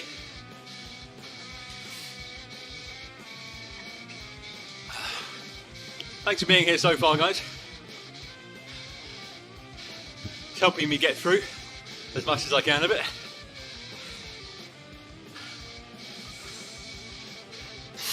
One thing I was keen not to do as well with the VO2 there was that I wanted to make sure I try and got through the workout and at least get some work in each of the zones done.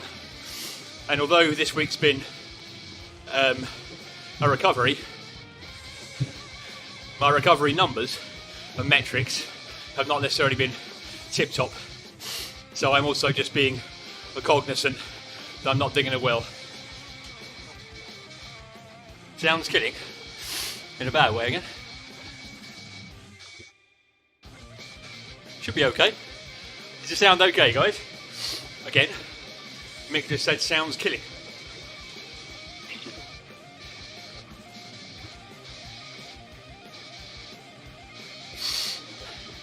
It looks okay this end.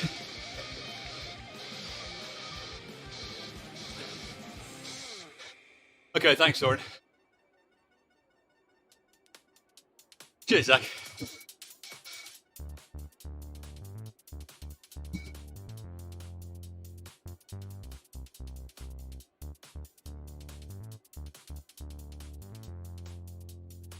Ah, I see the workout.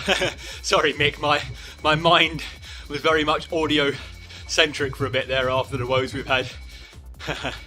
Yeah. It's a sort of block that I got very familiar with Ed back in last summer, summer to autumn, and we would often do 20 minutes at maybe 90%, but every 2 minutes we'd have a 10-second anaerobic spike, which kept it interesting.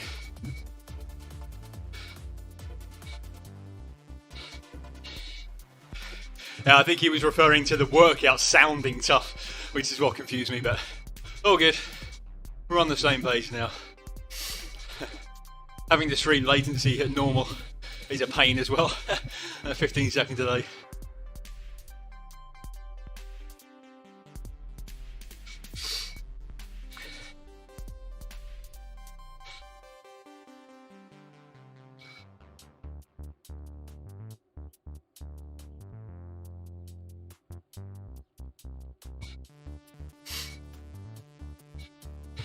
It's funny how it goes with the those intervals, because it felt pretty strong in the 30-30s, but that switch of limited recovery, the longer intervals to the 40-20s, coming after the other two sets was very real.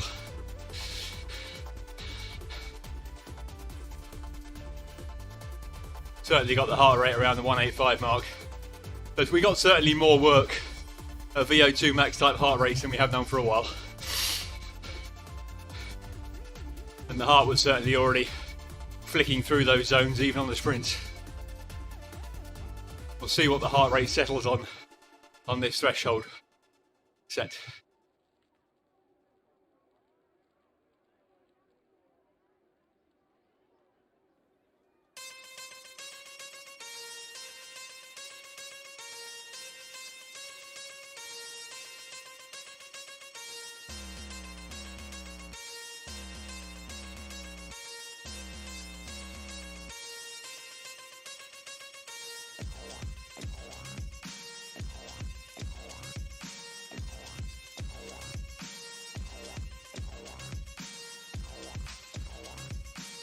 Oh, so how's everyone else doing today? 12:30 on a Saturday. What are you guys up to?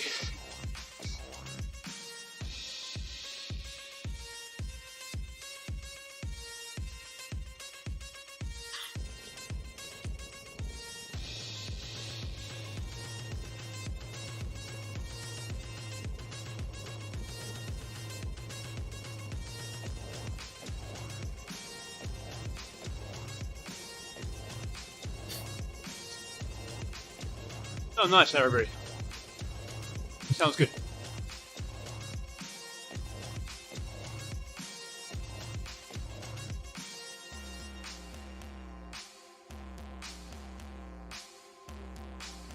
Cheers, Jay.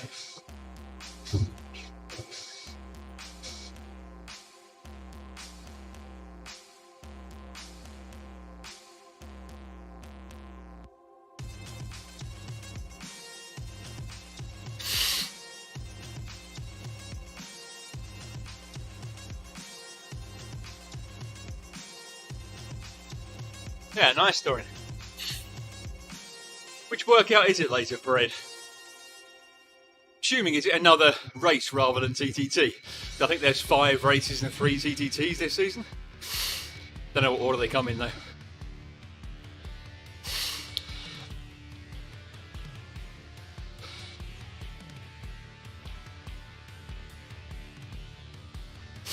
So I expect the first few minutes is going to be tough of this, and then we'll sort of try and settle into it, find the appropriate cadence and all that.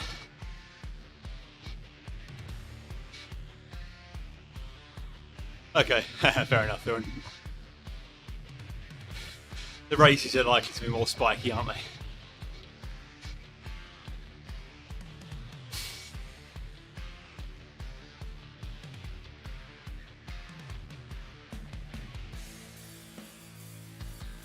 About 2 hours down.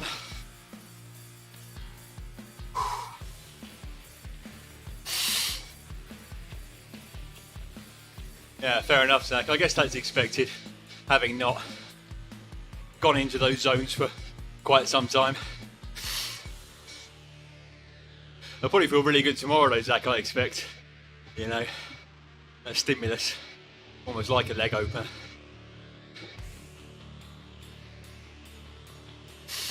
Heart rate still high.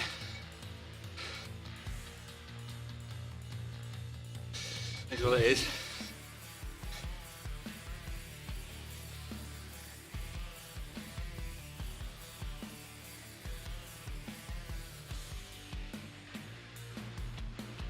So we're at 130 TSS going into this threshold block.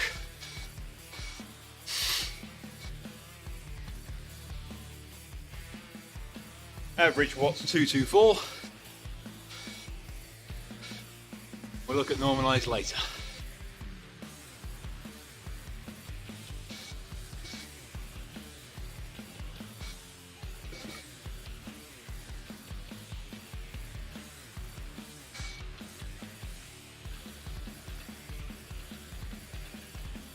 Ah, nice, Zach.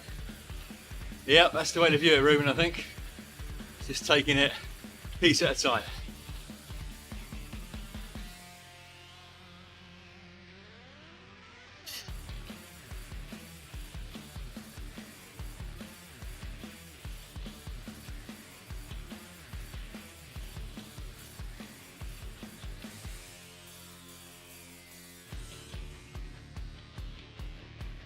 Yeah. Yeah, around that, Ruben, yeah. Had 1 bead of fuel and half a Velo Forte bar. Take some more on. I've got another bead of fuel here which I can sip on during this effort, as well as more water.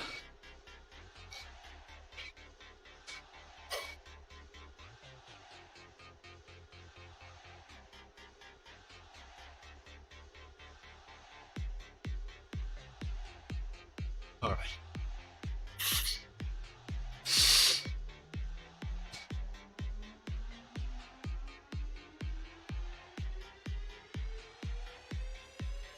Thanks, Zach. Just try and settle in and see how we go. The majority of it depends just how much pain we have from the earlier blocks, but they were pushing on the... Oh, come on with the dropout. Come on.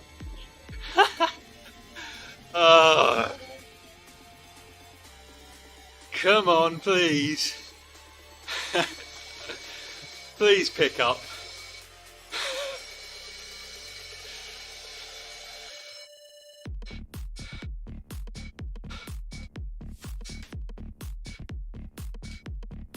Here we go. Come back.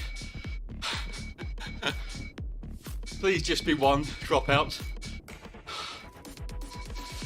Oh, come on.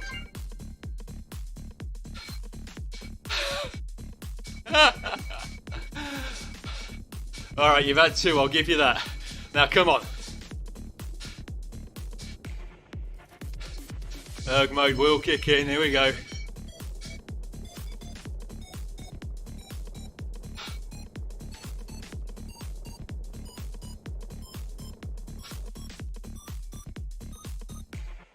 Yeah, what a day indeed, eh?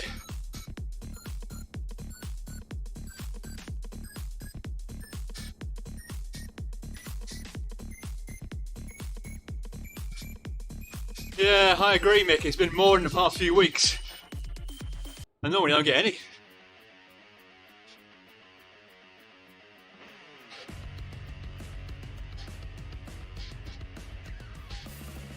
I think it's swift, to be honest, Mick.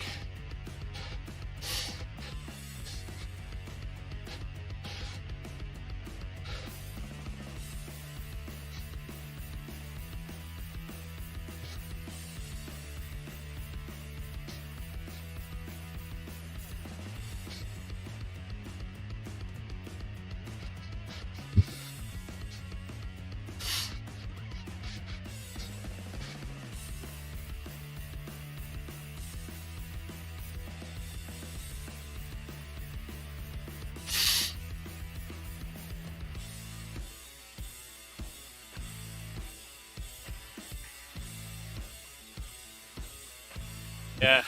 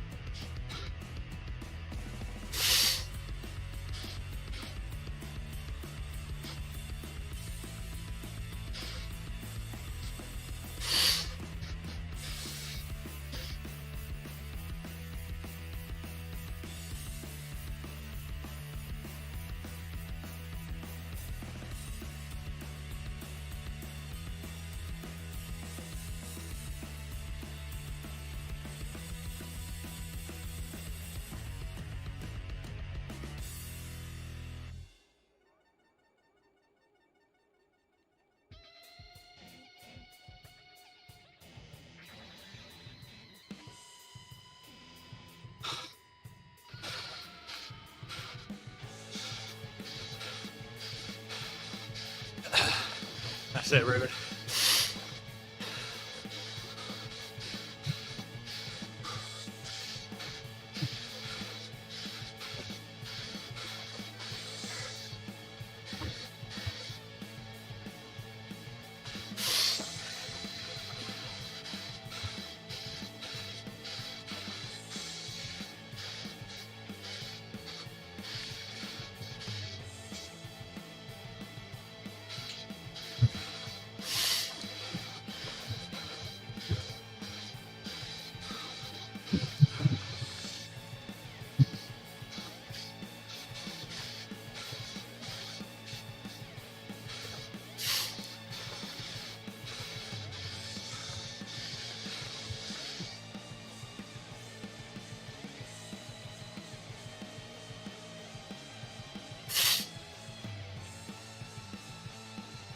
Settling in, Ruben.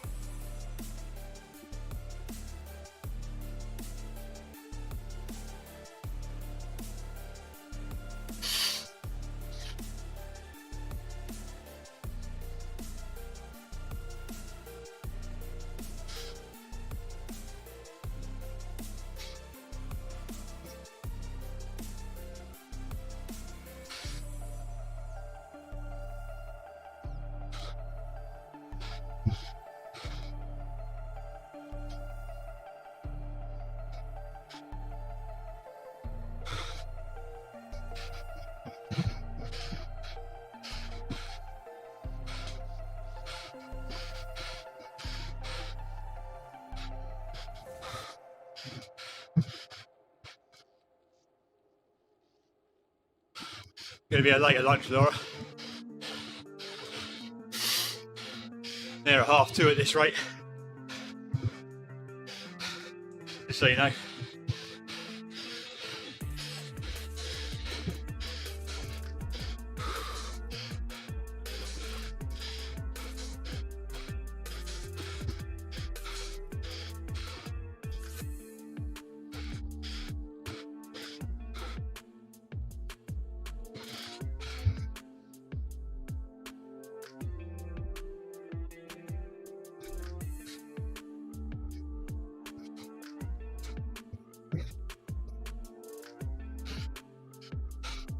No, right. It's for later.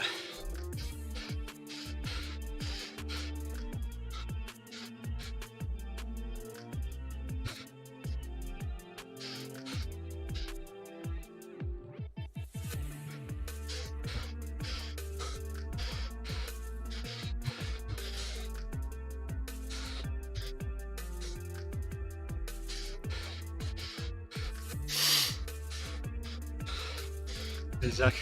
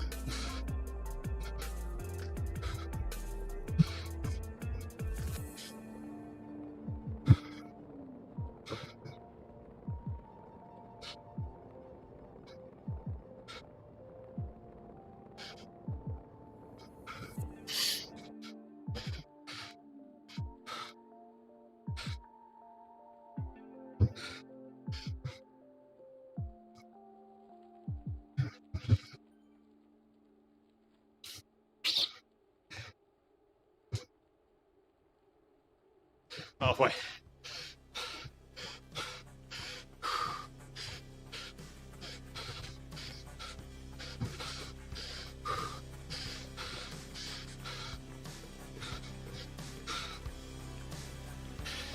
A little bit, Thorn, yep.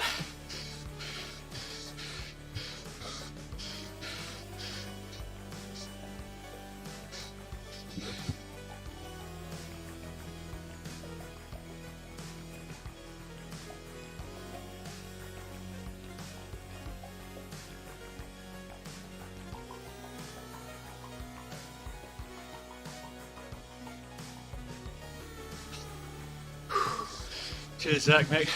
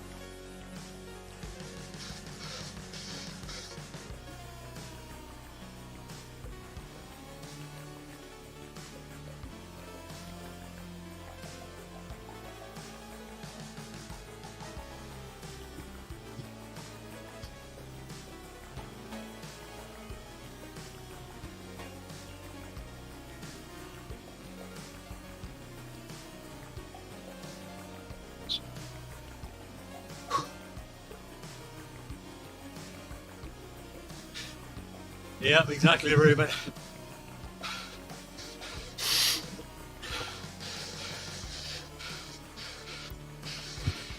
And often a high zone too, depending.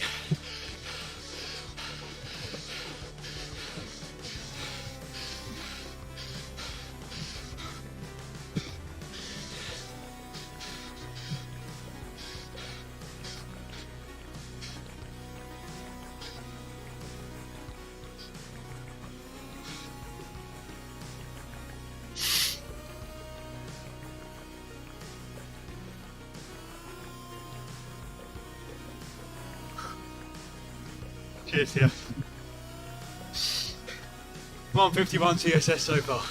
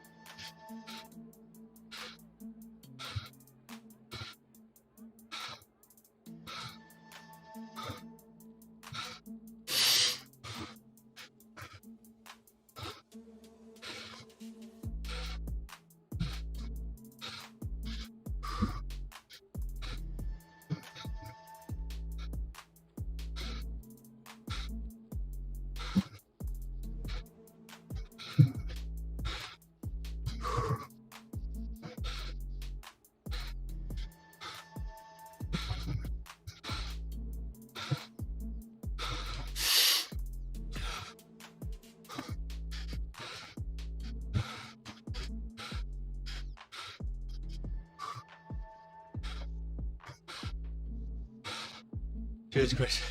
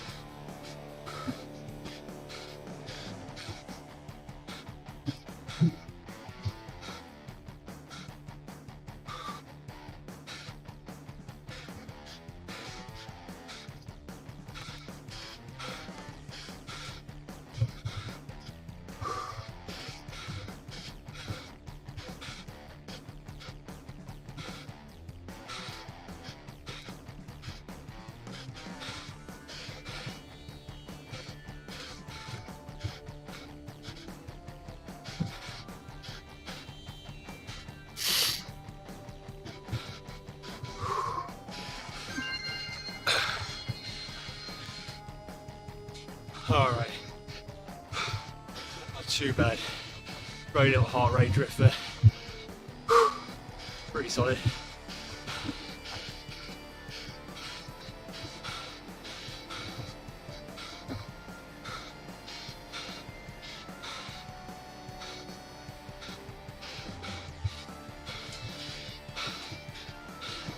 Certainly felt the quads, but measured it fairly well.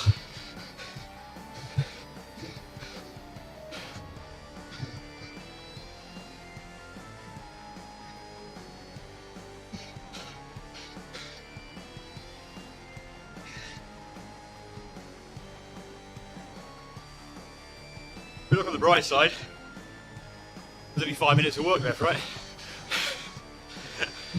In the optimistic world.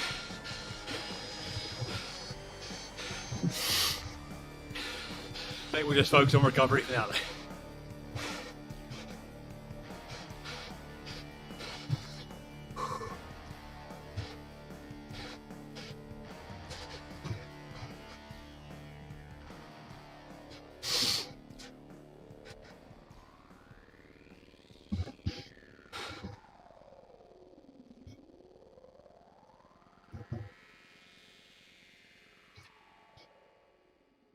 Hey Craig, yeah, it's been strong so far.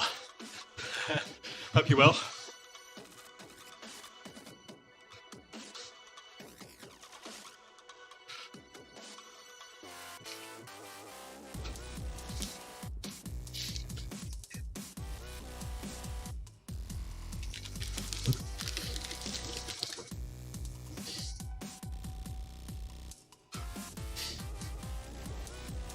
Yeah.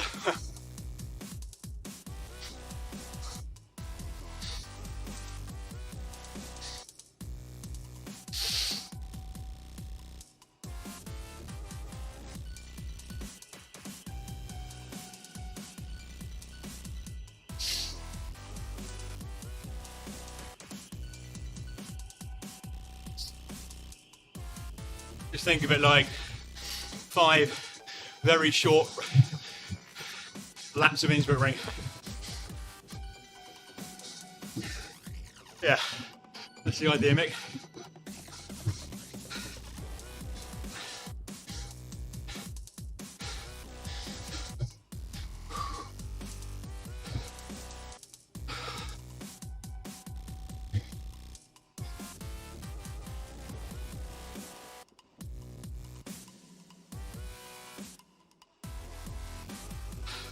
Yeah, potentially. 163 so far, but yeah, last one to push it up a bit.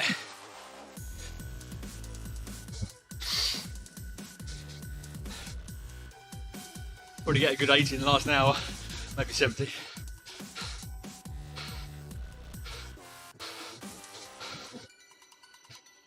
Probably 80, yeah, thinking that. We'll see.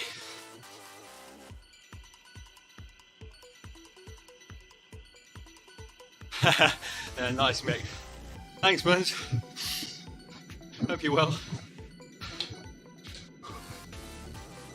Got the backside of it now. Not on the bike much this week.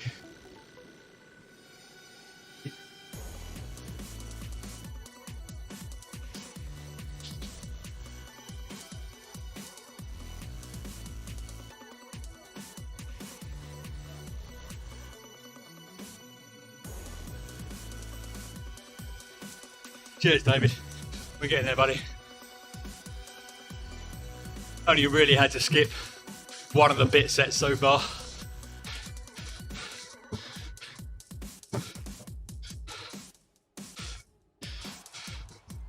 Didn't quite finish the 40-20s, and we had some tech issues around the ramp, which I was thinking of skipping anyway. Hope you're well, David. You fully recovered now, you think?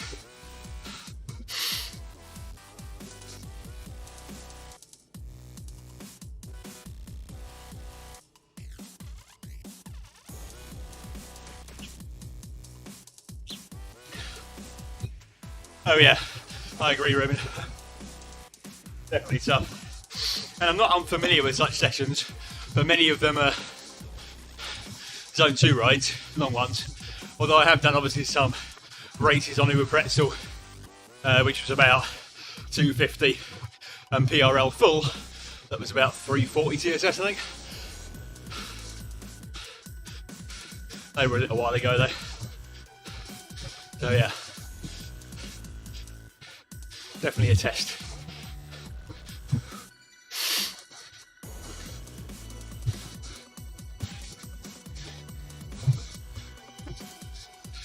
Whoa, nice, David. Was that a race or a endurance? Hey, Keith. Yeah, it's been a bit of fun.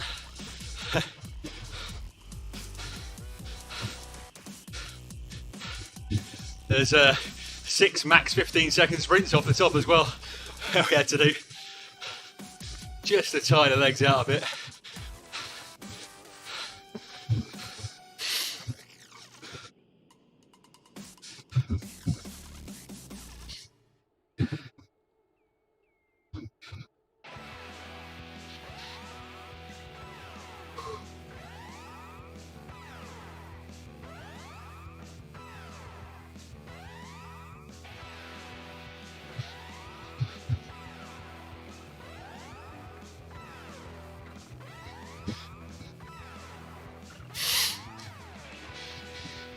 Ah, nice, David. Good way of doing it. Well done indeed. Strong session. So I'm guessing you're you're not suffering anymore with the illness then. You can press tab on the keyboard if you're on Windows, Craig. Hey Dynamo, how you doing?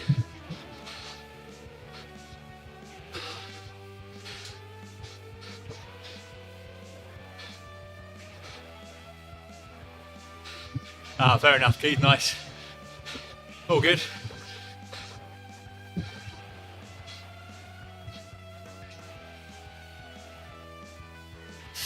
We've had a myriad of tech issues today, it's been crazy. Yeah, a little bit Dynamo.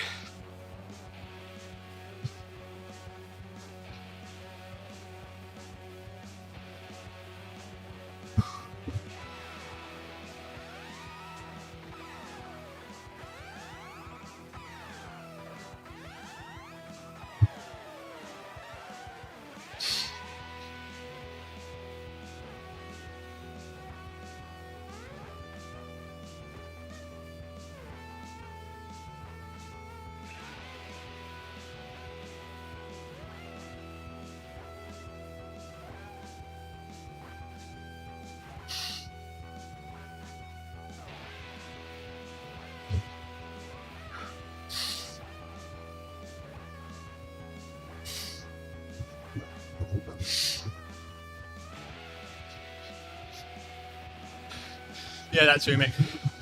No worries, Troy.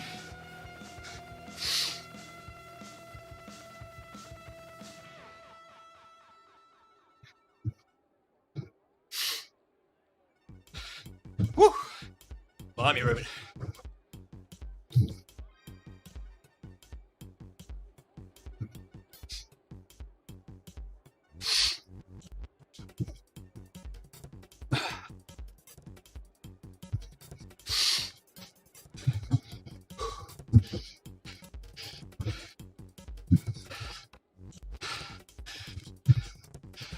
Yeah, you just need to make sure you have plenty of fluid with food on the bike fueling, I find. I'm quite used to the long rides, so I'm quite used to fueling it. That's the only bit of solid food I've had though. The rest has been a couple of bottles of beta fuel and water with hydration tabs.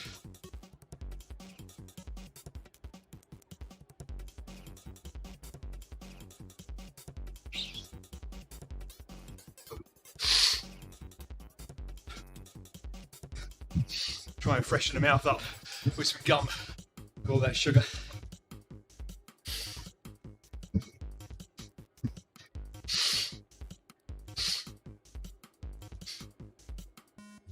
Gonna get some more juice, Laura, if you get a sec.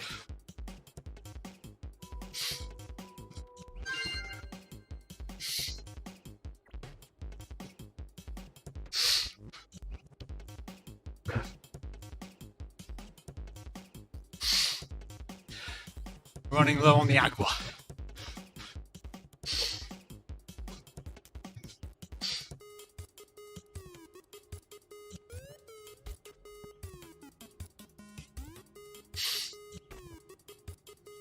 Yeah, takes practice. It's one of the things that Ed actually puts into his description on the long aerobic rides is good practice for your fueling.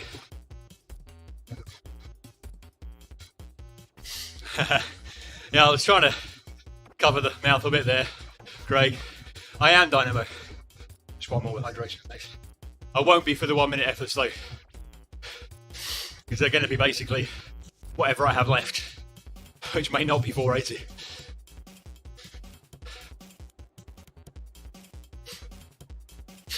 We'll see.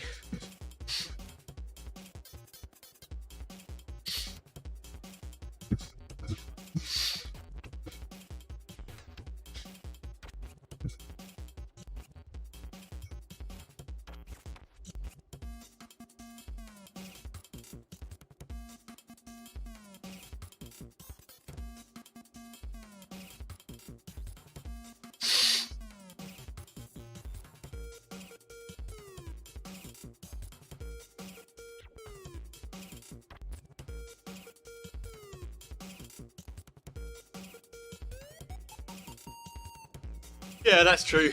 If you're staying in the right zones, Keith, below the L1 threshold. But anything above that and you'll burn through after an hour, certainly. It's a fine line, isn't it, between burning some extra fat, but then under fueling that will lower your metabolic rate, meaning that you actually store more fat anyway for the calories you put in. So it's a balance. A line that I've come up against sometimes. And if you're underfueled too much, then that'll keep your cortisol chronically high, which lowers your testosterone, which then means you burn less fat anyway, as well as underperform. So it's a fine line, which is why it's good to experiment and practice on your longer rides with different strategies to find the one that works for you.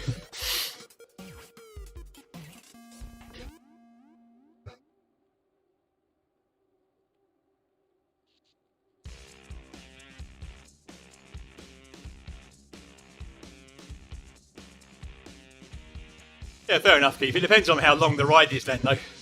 You know. Hey, Tim. Yeah, good to see you. We ended up starting a bit later due to some tech woes, so yeah. Good to have you here.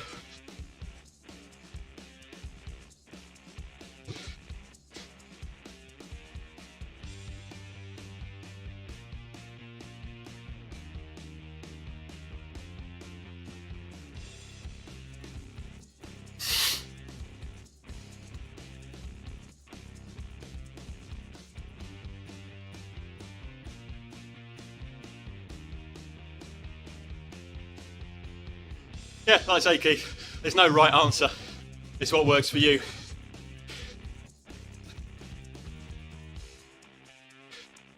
If you burn more fat during the workout, then you can burn more preferentially more carbs later, and vice versa too. So the thing we have to be careful of in a community is people coming out with what works for them and everyone else just taking that as the rule, because it is so individualised. Too many people want to come in and find the answer for something, be it how to fuel, what's the most best bang for your buck workout, and there is no answer to that. It's all individualised. So yeah, definitely experiment. If that works for you, Keith, fantastic. But I wouldn't want other people to look at that and go, cool, I'll start doing 3-hour rides on water. Absolutely, yeah, and I have done 5-hour zone 2 rides on just water myself before now, you know, as an experiment. I got through and fine, but it's finding out what's optimal for you. It's that fine line between performance and weight management.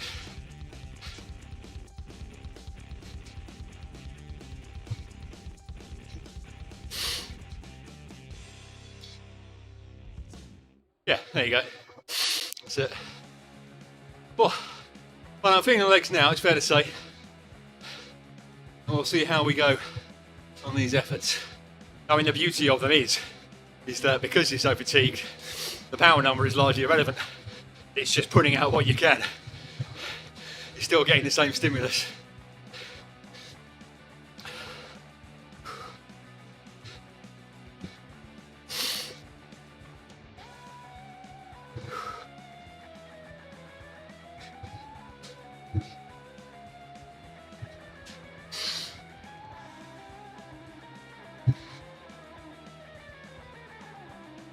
Yeah, that's good, Keith.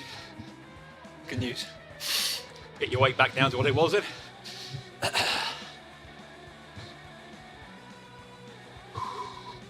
If that's a sustainable weight for you. Not just for performance, but for mental health. This is always an issue. How happy are you at a certain weight? That has a big contributing factor to sustainability.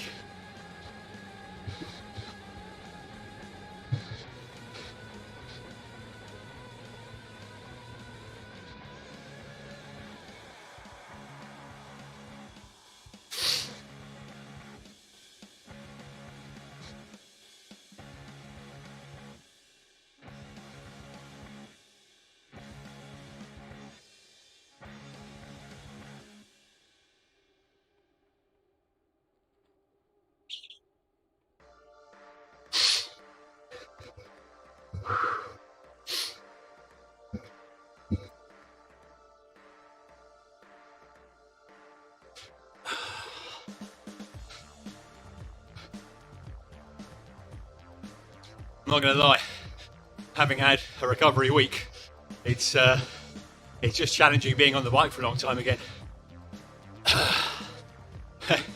It is that, Don. I'm hoping it'll be time 2 fun in 3/4 of an hour.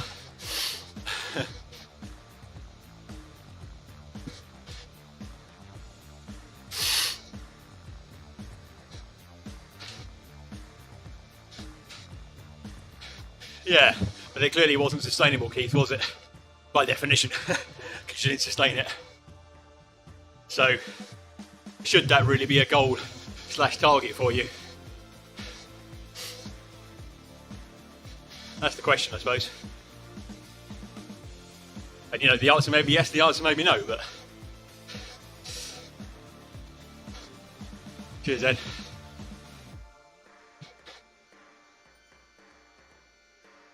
Yeah, I definitely had my best gains after my first VO2 max block with Ed.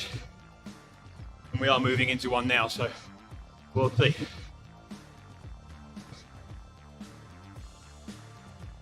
Oh, good news, Keith.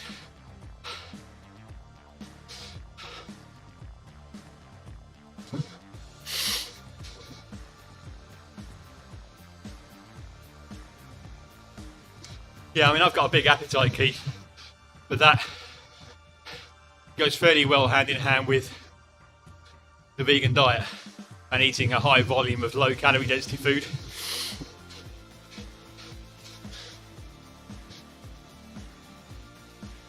Yeah, I've been there, Keith. I mean, I've probably put on 2 kilos in the past couple of months.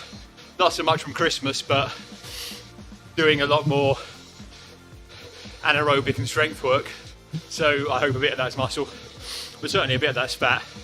But I'm not as hungry as I was at 65 kilos. Now I'm 67.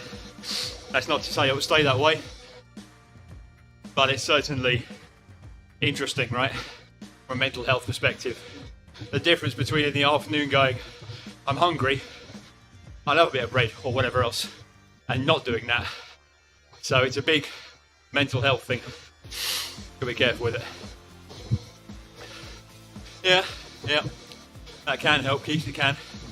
The thing is, sometimes with a fasted ride, you end up being more hungry you're done. Sometimes. Not everyone. Sometimes. So. Yeah, I have my main meal at lunchtime, David, which is help with lockdown. Laura and I cook together, spend half hour together at lunchtime on the working day, which is nice socially. and it gives me more time to digest what is fairly high volume of fairly high fibre vegetables, rather than having that later in the day and having to deal with that overnight.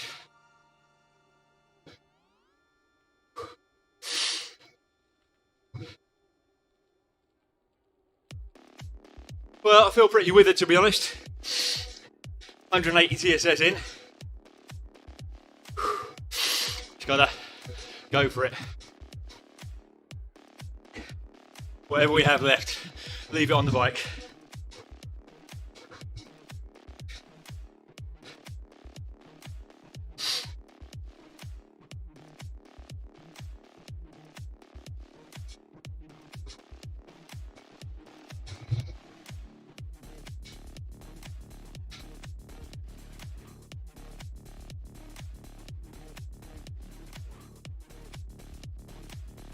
Yeah, you mentioned that before, Keith. That's pretty crazy. And why do you think that was? So we're just too moreish? Because presumably you weren't actually hungry enough for that. Cheers, Tim.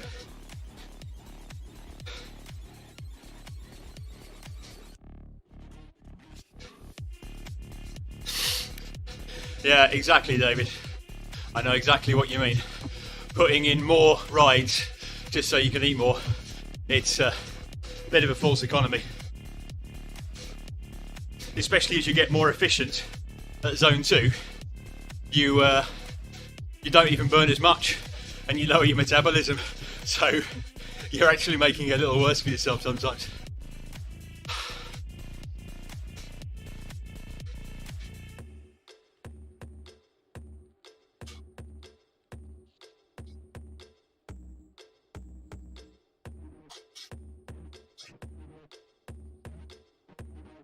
Yeah, I know what you mean, Keith.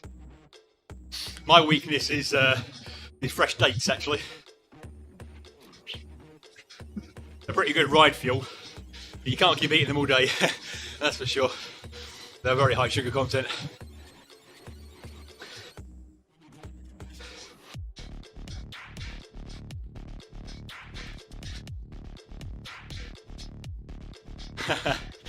Nice, David.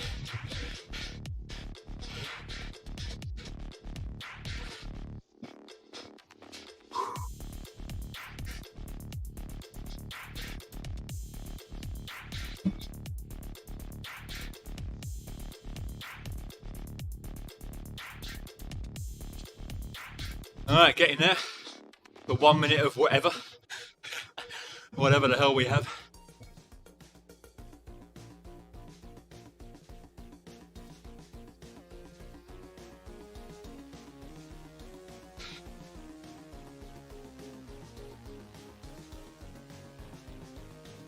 Alright, ergs off.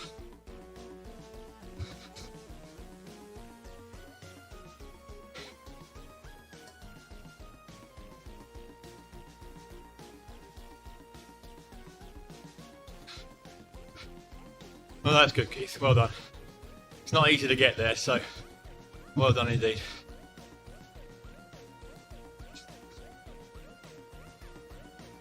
The mental side is about to get tested here.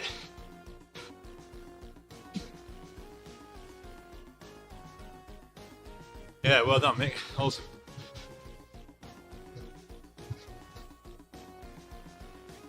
We'll use the first one as a bit of a feeler.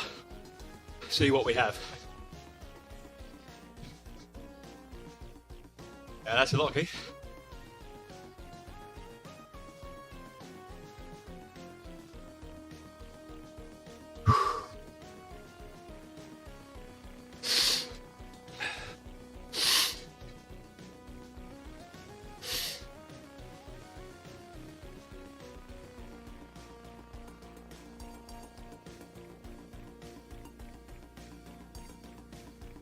Leg snapper number 1.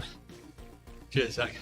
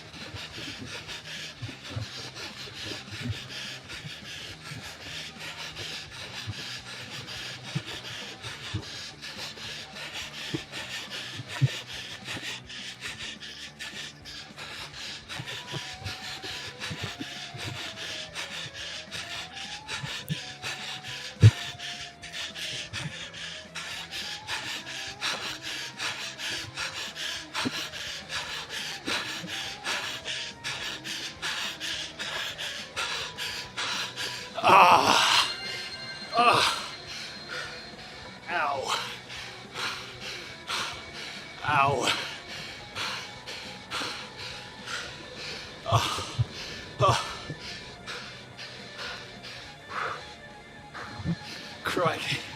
That hurt. Oh.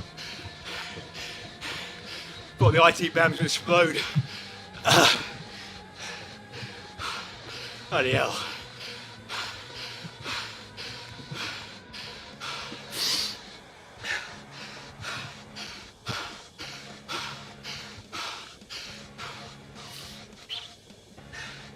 Oh. Oh. Oh. I don't know, Mick. I mean, fresh I can do like 560, but I am not fresh. Oh.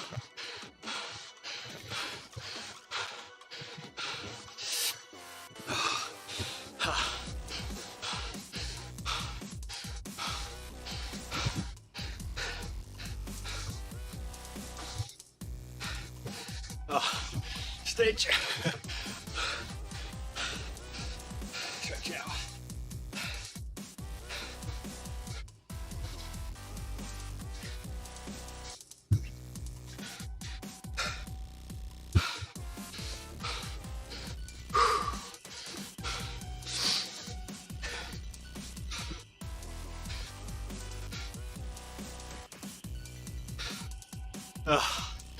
Yeah. Right, David. Have to pace this one a little better.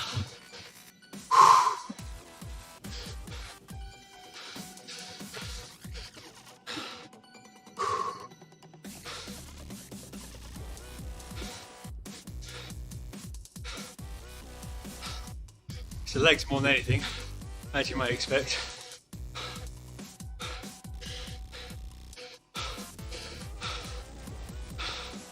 Yeah, agree, Keith.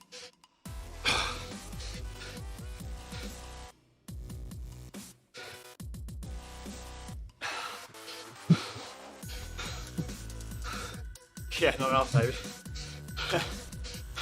It's already over almost.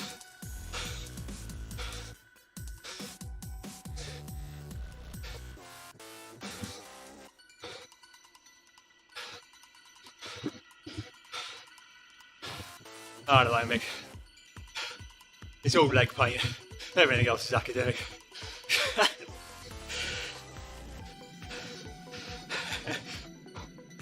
At this stage,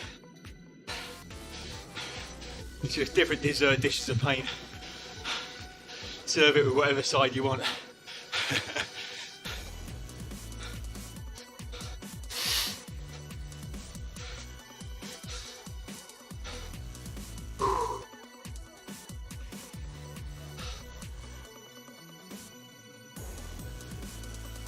Here's Tyler.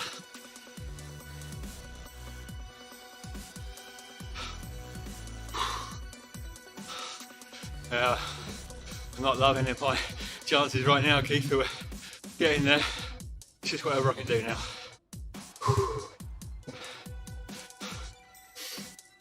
Oh yeah, it's 56 on the front. I don't know what's in the back yet. Like 11:25, I think.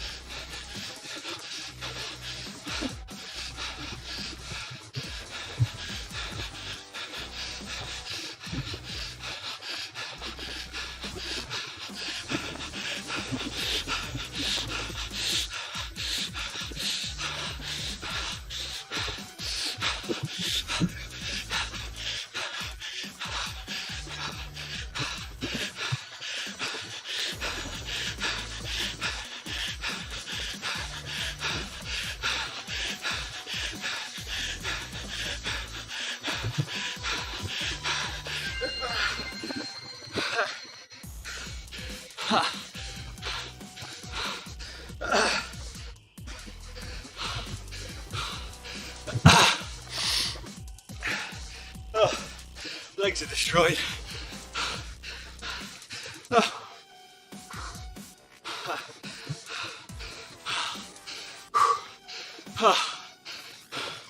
Dear Lord.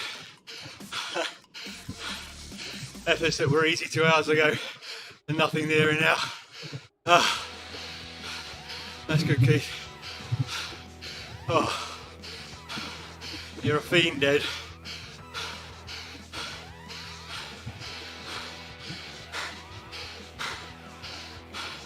Got to be careful there.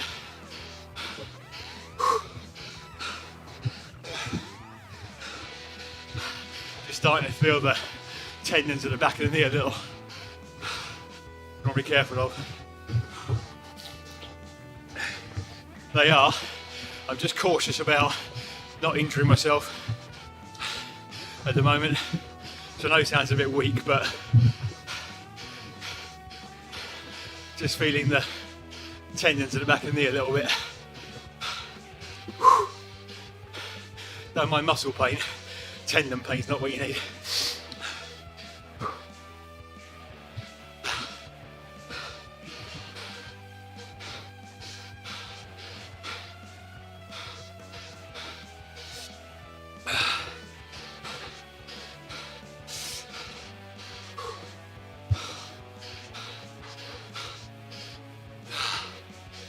Yeah.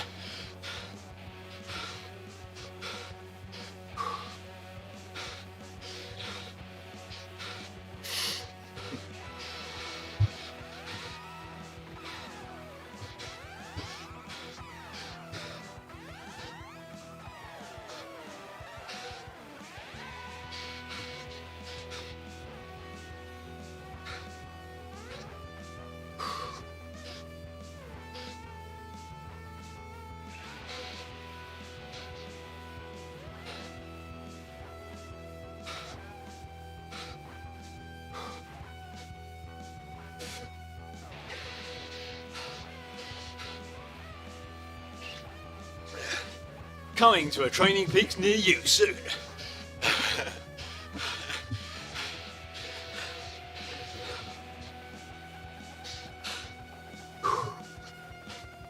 Cheers, Sam. I'm going to do this third one, and then I'm going to see how those tendons feel. I've got to be realistic here. Going into a big block of VO2 max. Not to come out of a rest week injured. See how this feels. Tendons are really tight now.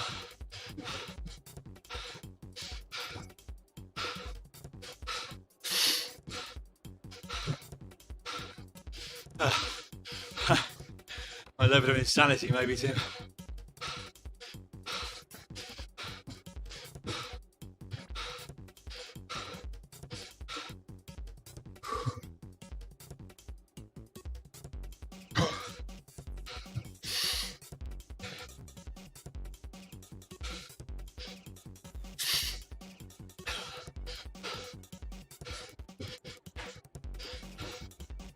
Yeah, that's what I'm going to do, Ruben. See how we go here. If you go below a certain percentage of the target, probably not worth it.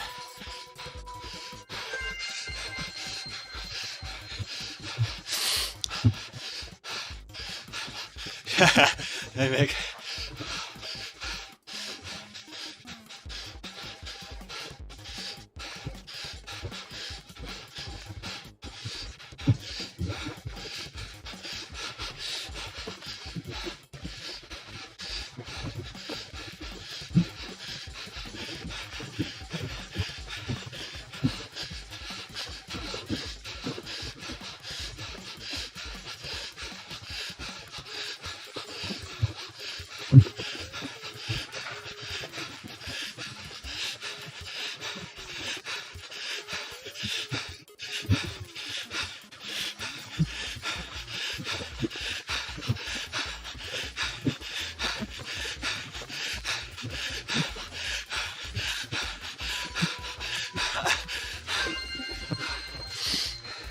That's it.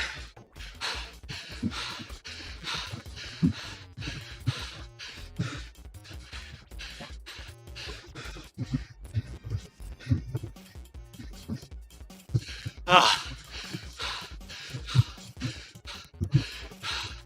3 hours in, I'm cooling down. I'm giving that a good go, Ed. I'm being sensible, I think. Basically skipped 1 VO2 set and 4 reps in the whole workout. Sorry, 5. Yeah, 5 reps and 1 set in the whole workout. I'm taking that as a reasonably good win. That's 200 TSS up, just over. I think discretion being the better part of valour. The sprints were pretty good. The threshold was very solid. The VO2 started good, but got very hard from 3 onwards, as expected. And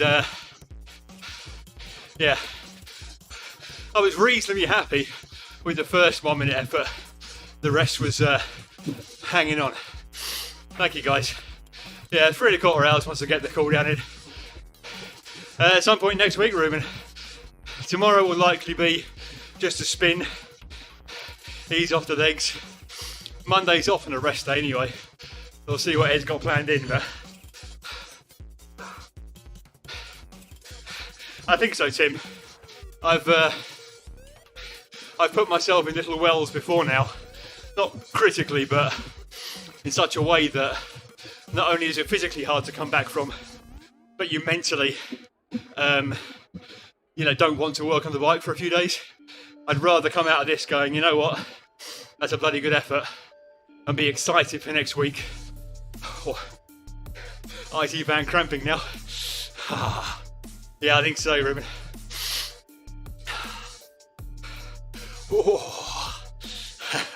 You cheeky bugger.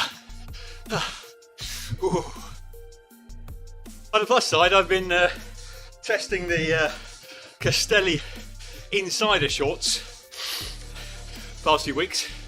They're pretty good. I've had to actually go down to a small in shorts. I found that the on the legs I've not got big quads. And I just found that even on my mediums, with a fairly low body fat content, about 10.5%, the shorts were riding up and bunching around the crotch, which is exactly what you don't want. And Michael, just about. The lights are on, but nobody's home, you know.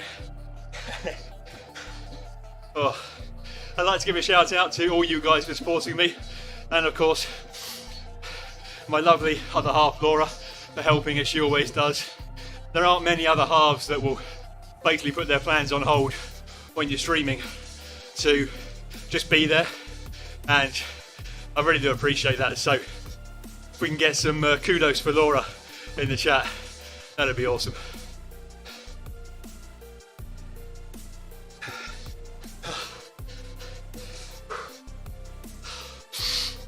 Oh, blimey. Yeah, exactly, Ruben. You're absolutely right. By the way, Ruben, I do appreciate a lot of the valuable information you post in Ed's Discord.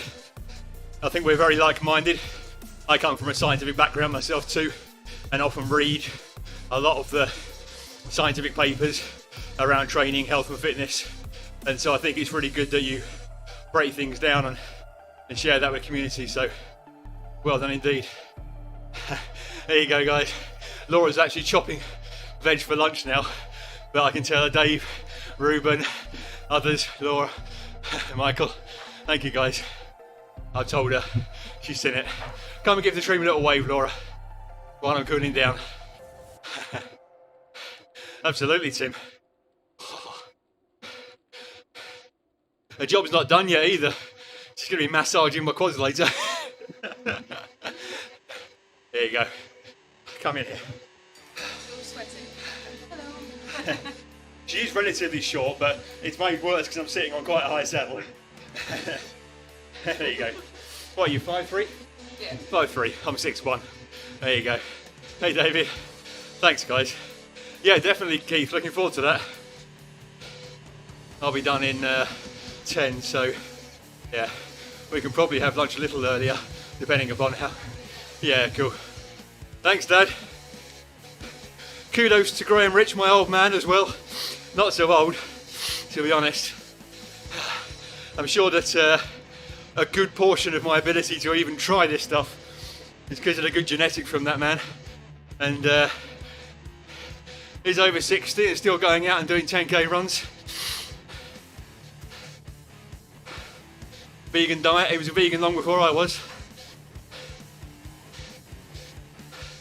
The good stuff there. Yeah, David.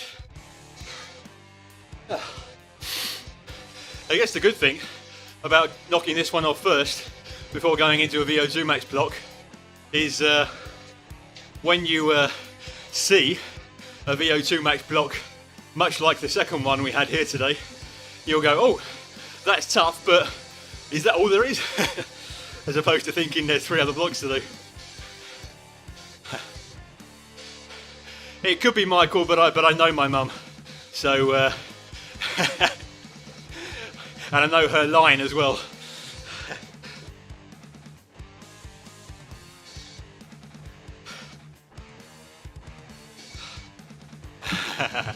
Yeah, well, like I say, Tim, I mean, this is an atypical workout, that's for sure.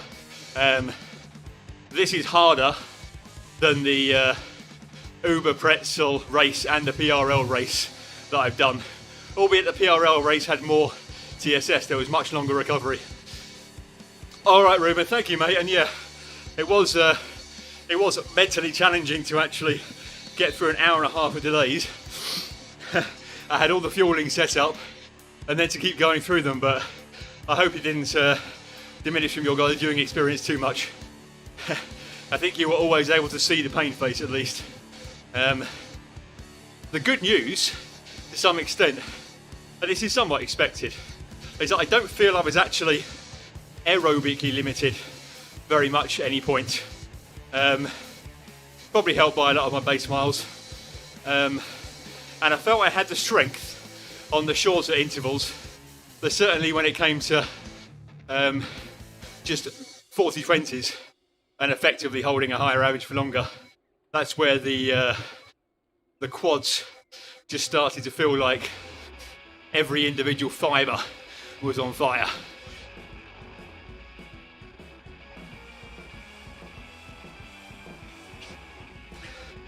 But yeah, solid recovery tomorrow.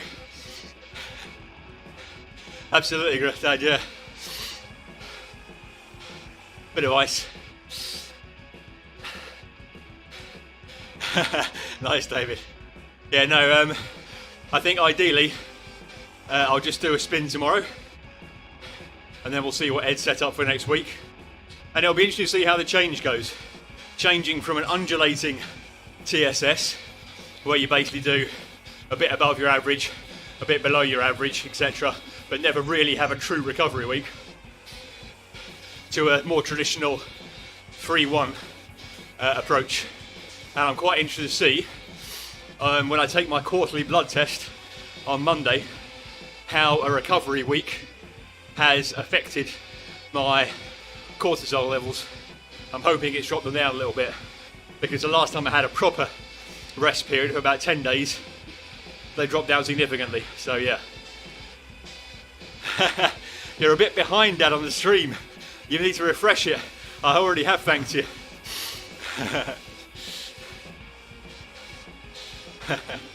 But yeah, Keith, I think just lots of long rides help with the aerobic stuff, and I probably felt the best during the 95% FTP, which is promising, you know, when you think about races that have, you know, something like the Epic KOM finish. Stands you in good stead there. Aerobically, I felt solid as a rock there. I think my heart rate was about 173 after about 2 minutes of it, and only went up to about 176 by the end of it, so I'm pretty pleased with that, because I've certainly not trained around threshold for a while, although having done a decent number of team time trials at the end of last year, that probably helped with that. Alright, Tim, thank you, mate. Have a great day.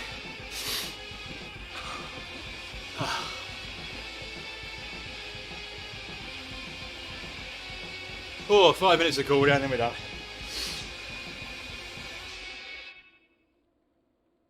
What zone for my spins? If it's a pure spin, Michael, then generally sort of upper zone 1, so about 170 watts. But it depends how I'm sort of feeling on the day, in my legs in particular.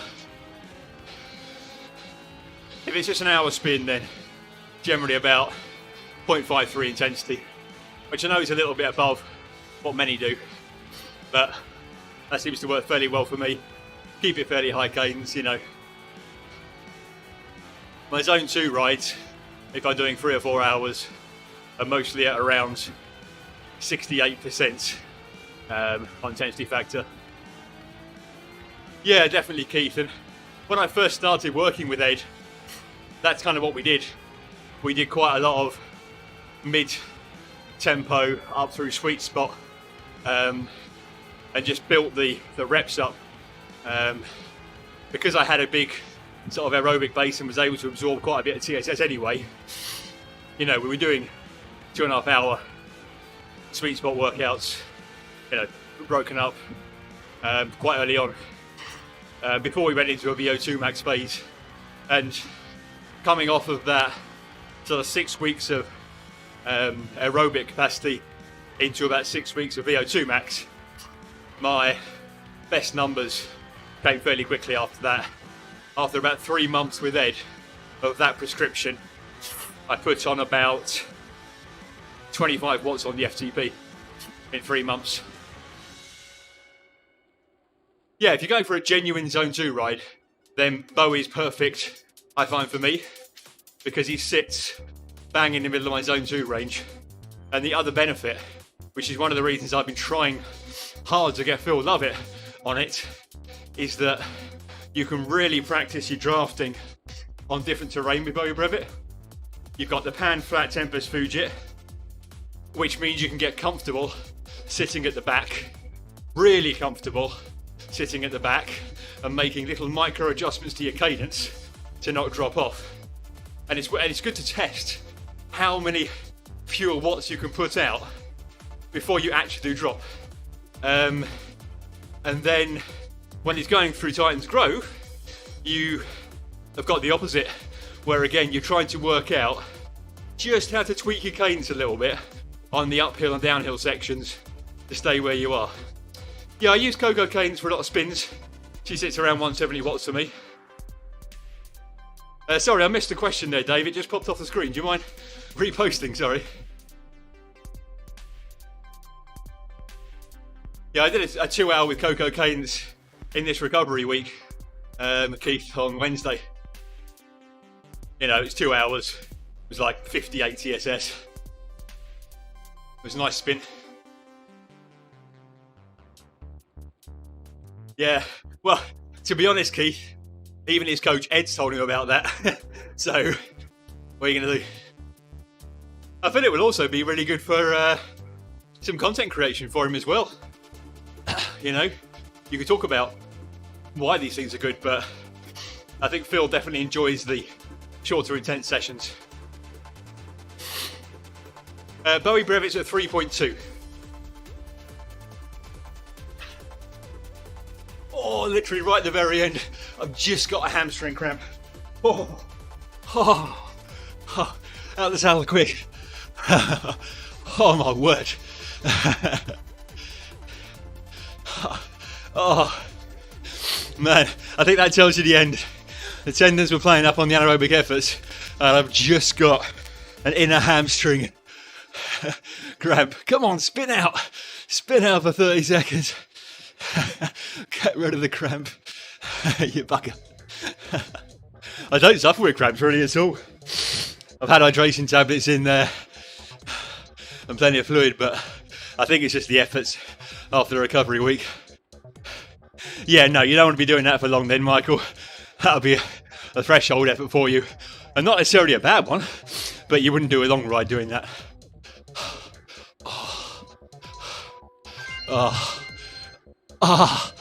Stand on the pedals. 218 TSS, 2,600 odd calories, 237 average power. had a bloody cramp. Ah. Oh. Oh my word. Okay, shall we have a look at the graph? Well, we got a graph there. I meant the critical power more. Blimey. What do we get? Well, 5 seconds at 8:43. 1 minute was only 4:59, but tell you what, 4:59 for a minute after 3 hours wasn't bad. Don't trust these PB numbers because this is a new PC, so I've only had this for about 2 weeks. So I've done 400 for 5 minutes before, and I've done 340 for 20, and I've done 550 for 1 minute, and I've also done 970 for 5. So these are slightly out of date numbers because it's a fresh PC, but interesting nonetheless. Let me just bring the chat up on here because now I've got Zwift up, I can't actually see the chat. Been to have a little natter about this. Ah. Can I get to my own stream? I find this ridiculously hard to do on the phone, actually. There we go. Oh, now I can hear myself. Right. Okay. Let's see if we can not do a space cadet here. You see, because you... So, is there a way here, guys? Let me go back here. Because I've already seen the workout graph... If I just go end ride now, I think it just ends the ride. Is there actually any way to get back to the graph from here? Because I'm not sure there is, once you've already seen and okayed the graph. Because it came up at the end of the workout. Be interested to know that, if anyone knows the answer. I'll wait for the stream delay. Let's end the ride on here.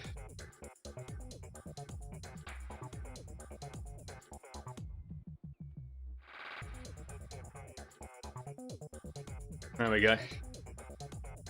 Let's have a look.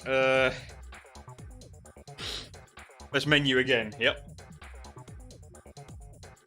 Yep. But then if I go end ride, is that going to... Ah, we are there. Thank you, guys. Good stuff. Cheers. Wasn't sure if it'll pop it again there.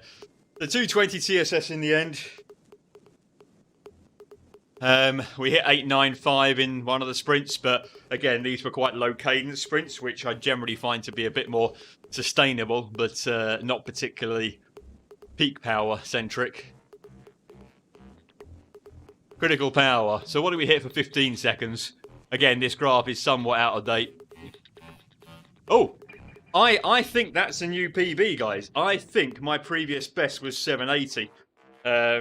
In general, not just on this PC. So I think 787 is technically a 7-watt improvement on the 15-second power, which is quite nice. That's good to know. The rest of the numbers I know aren't, like I say, I know I've hit 550 for a minute, which, again, just not on this PC. But I'm relatively happy with hitting about 460 for a minute there. After 3 hours, certainly, that was okay.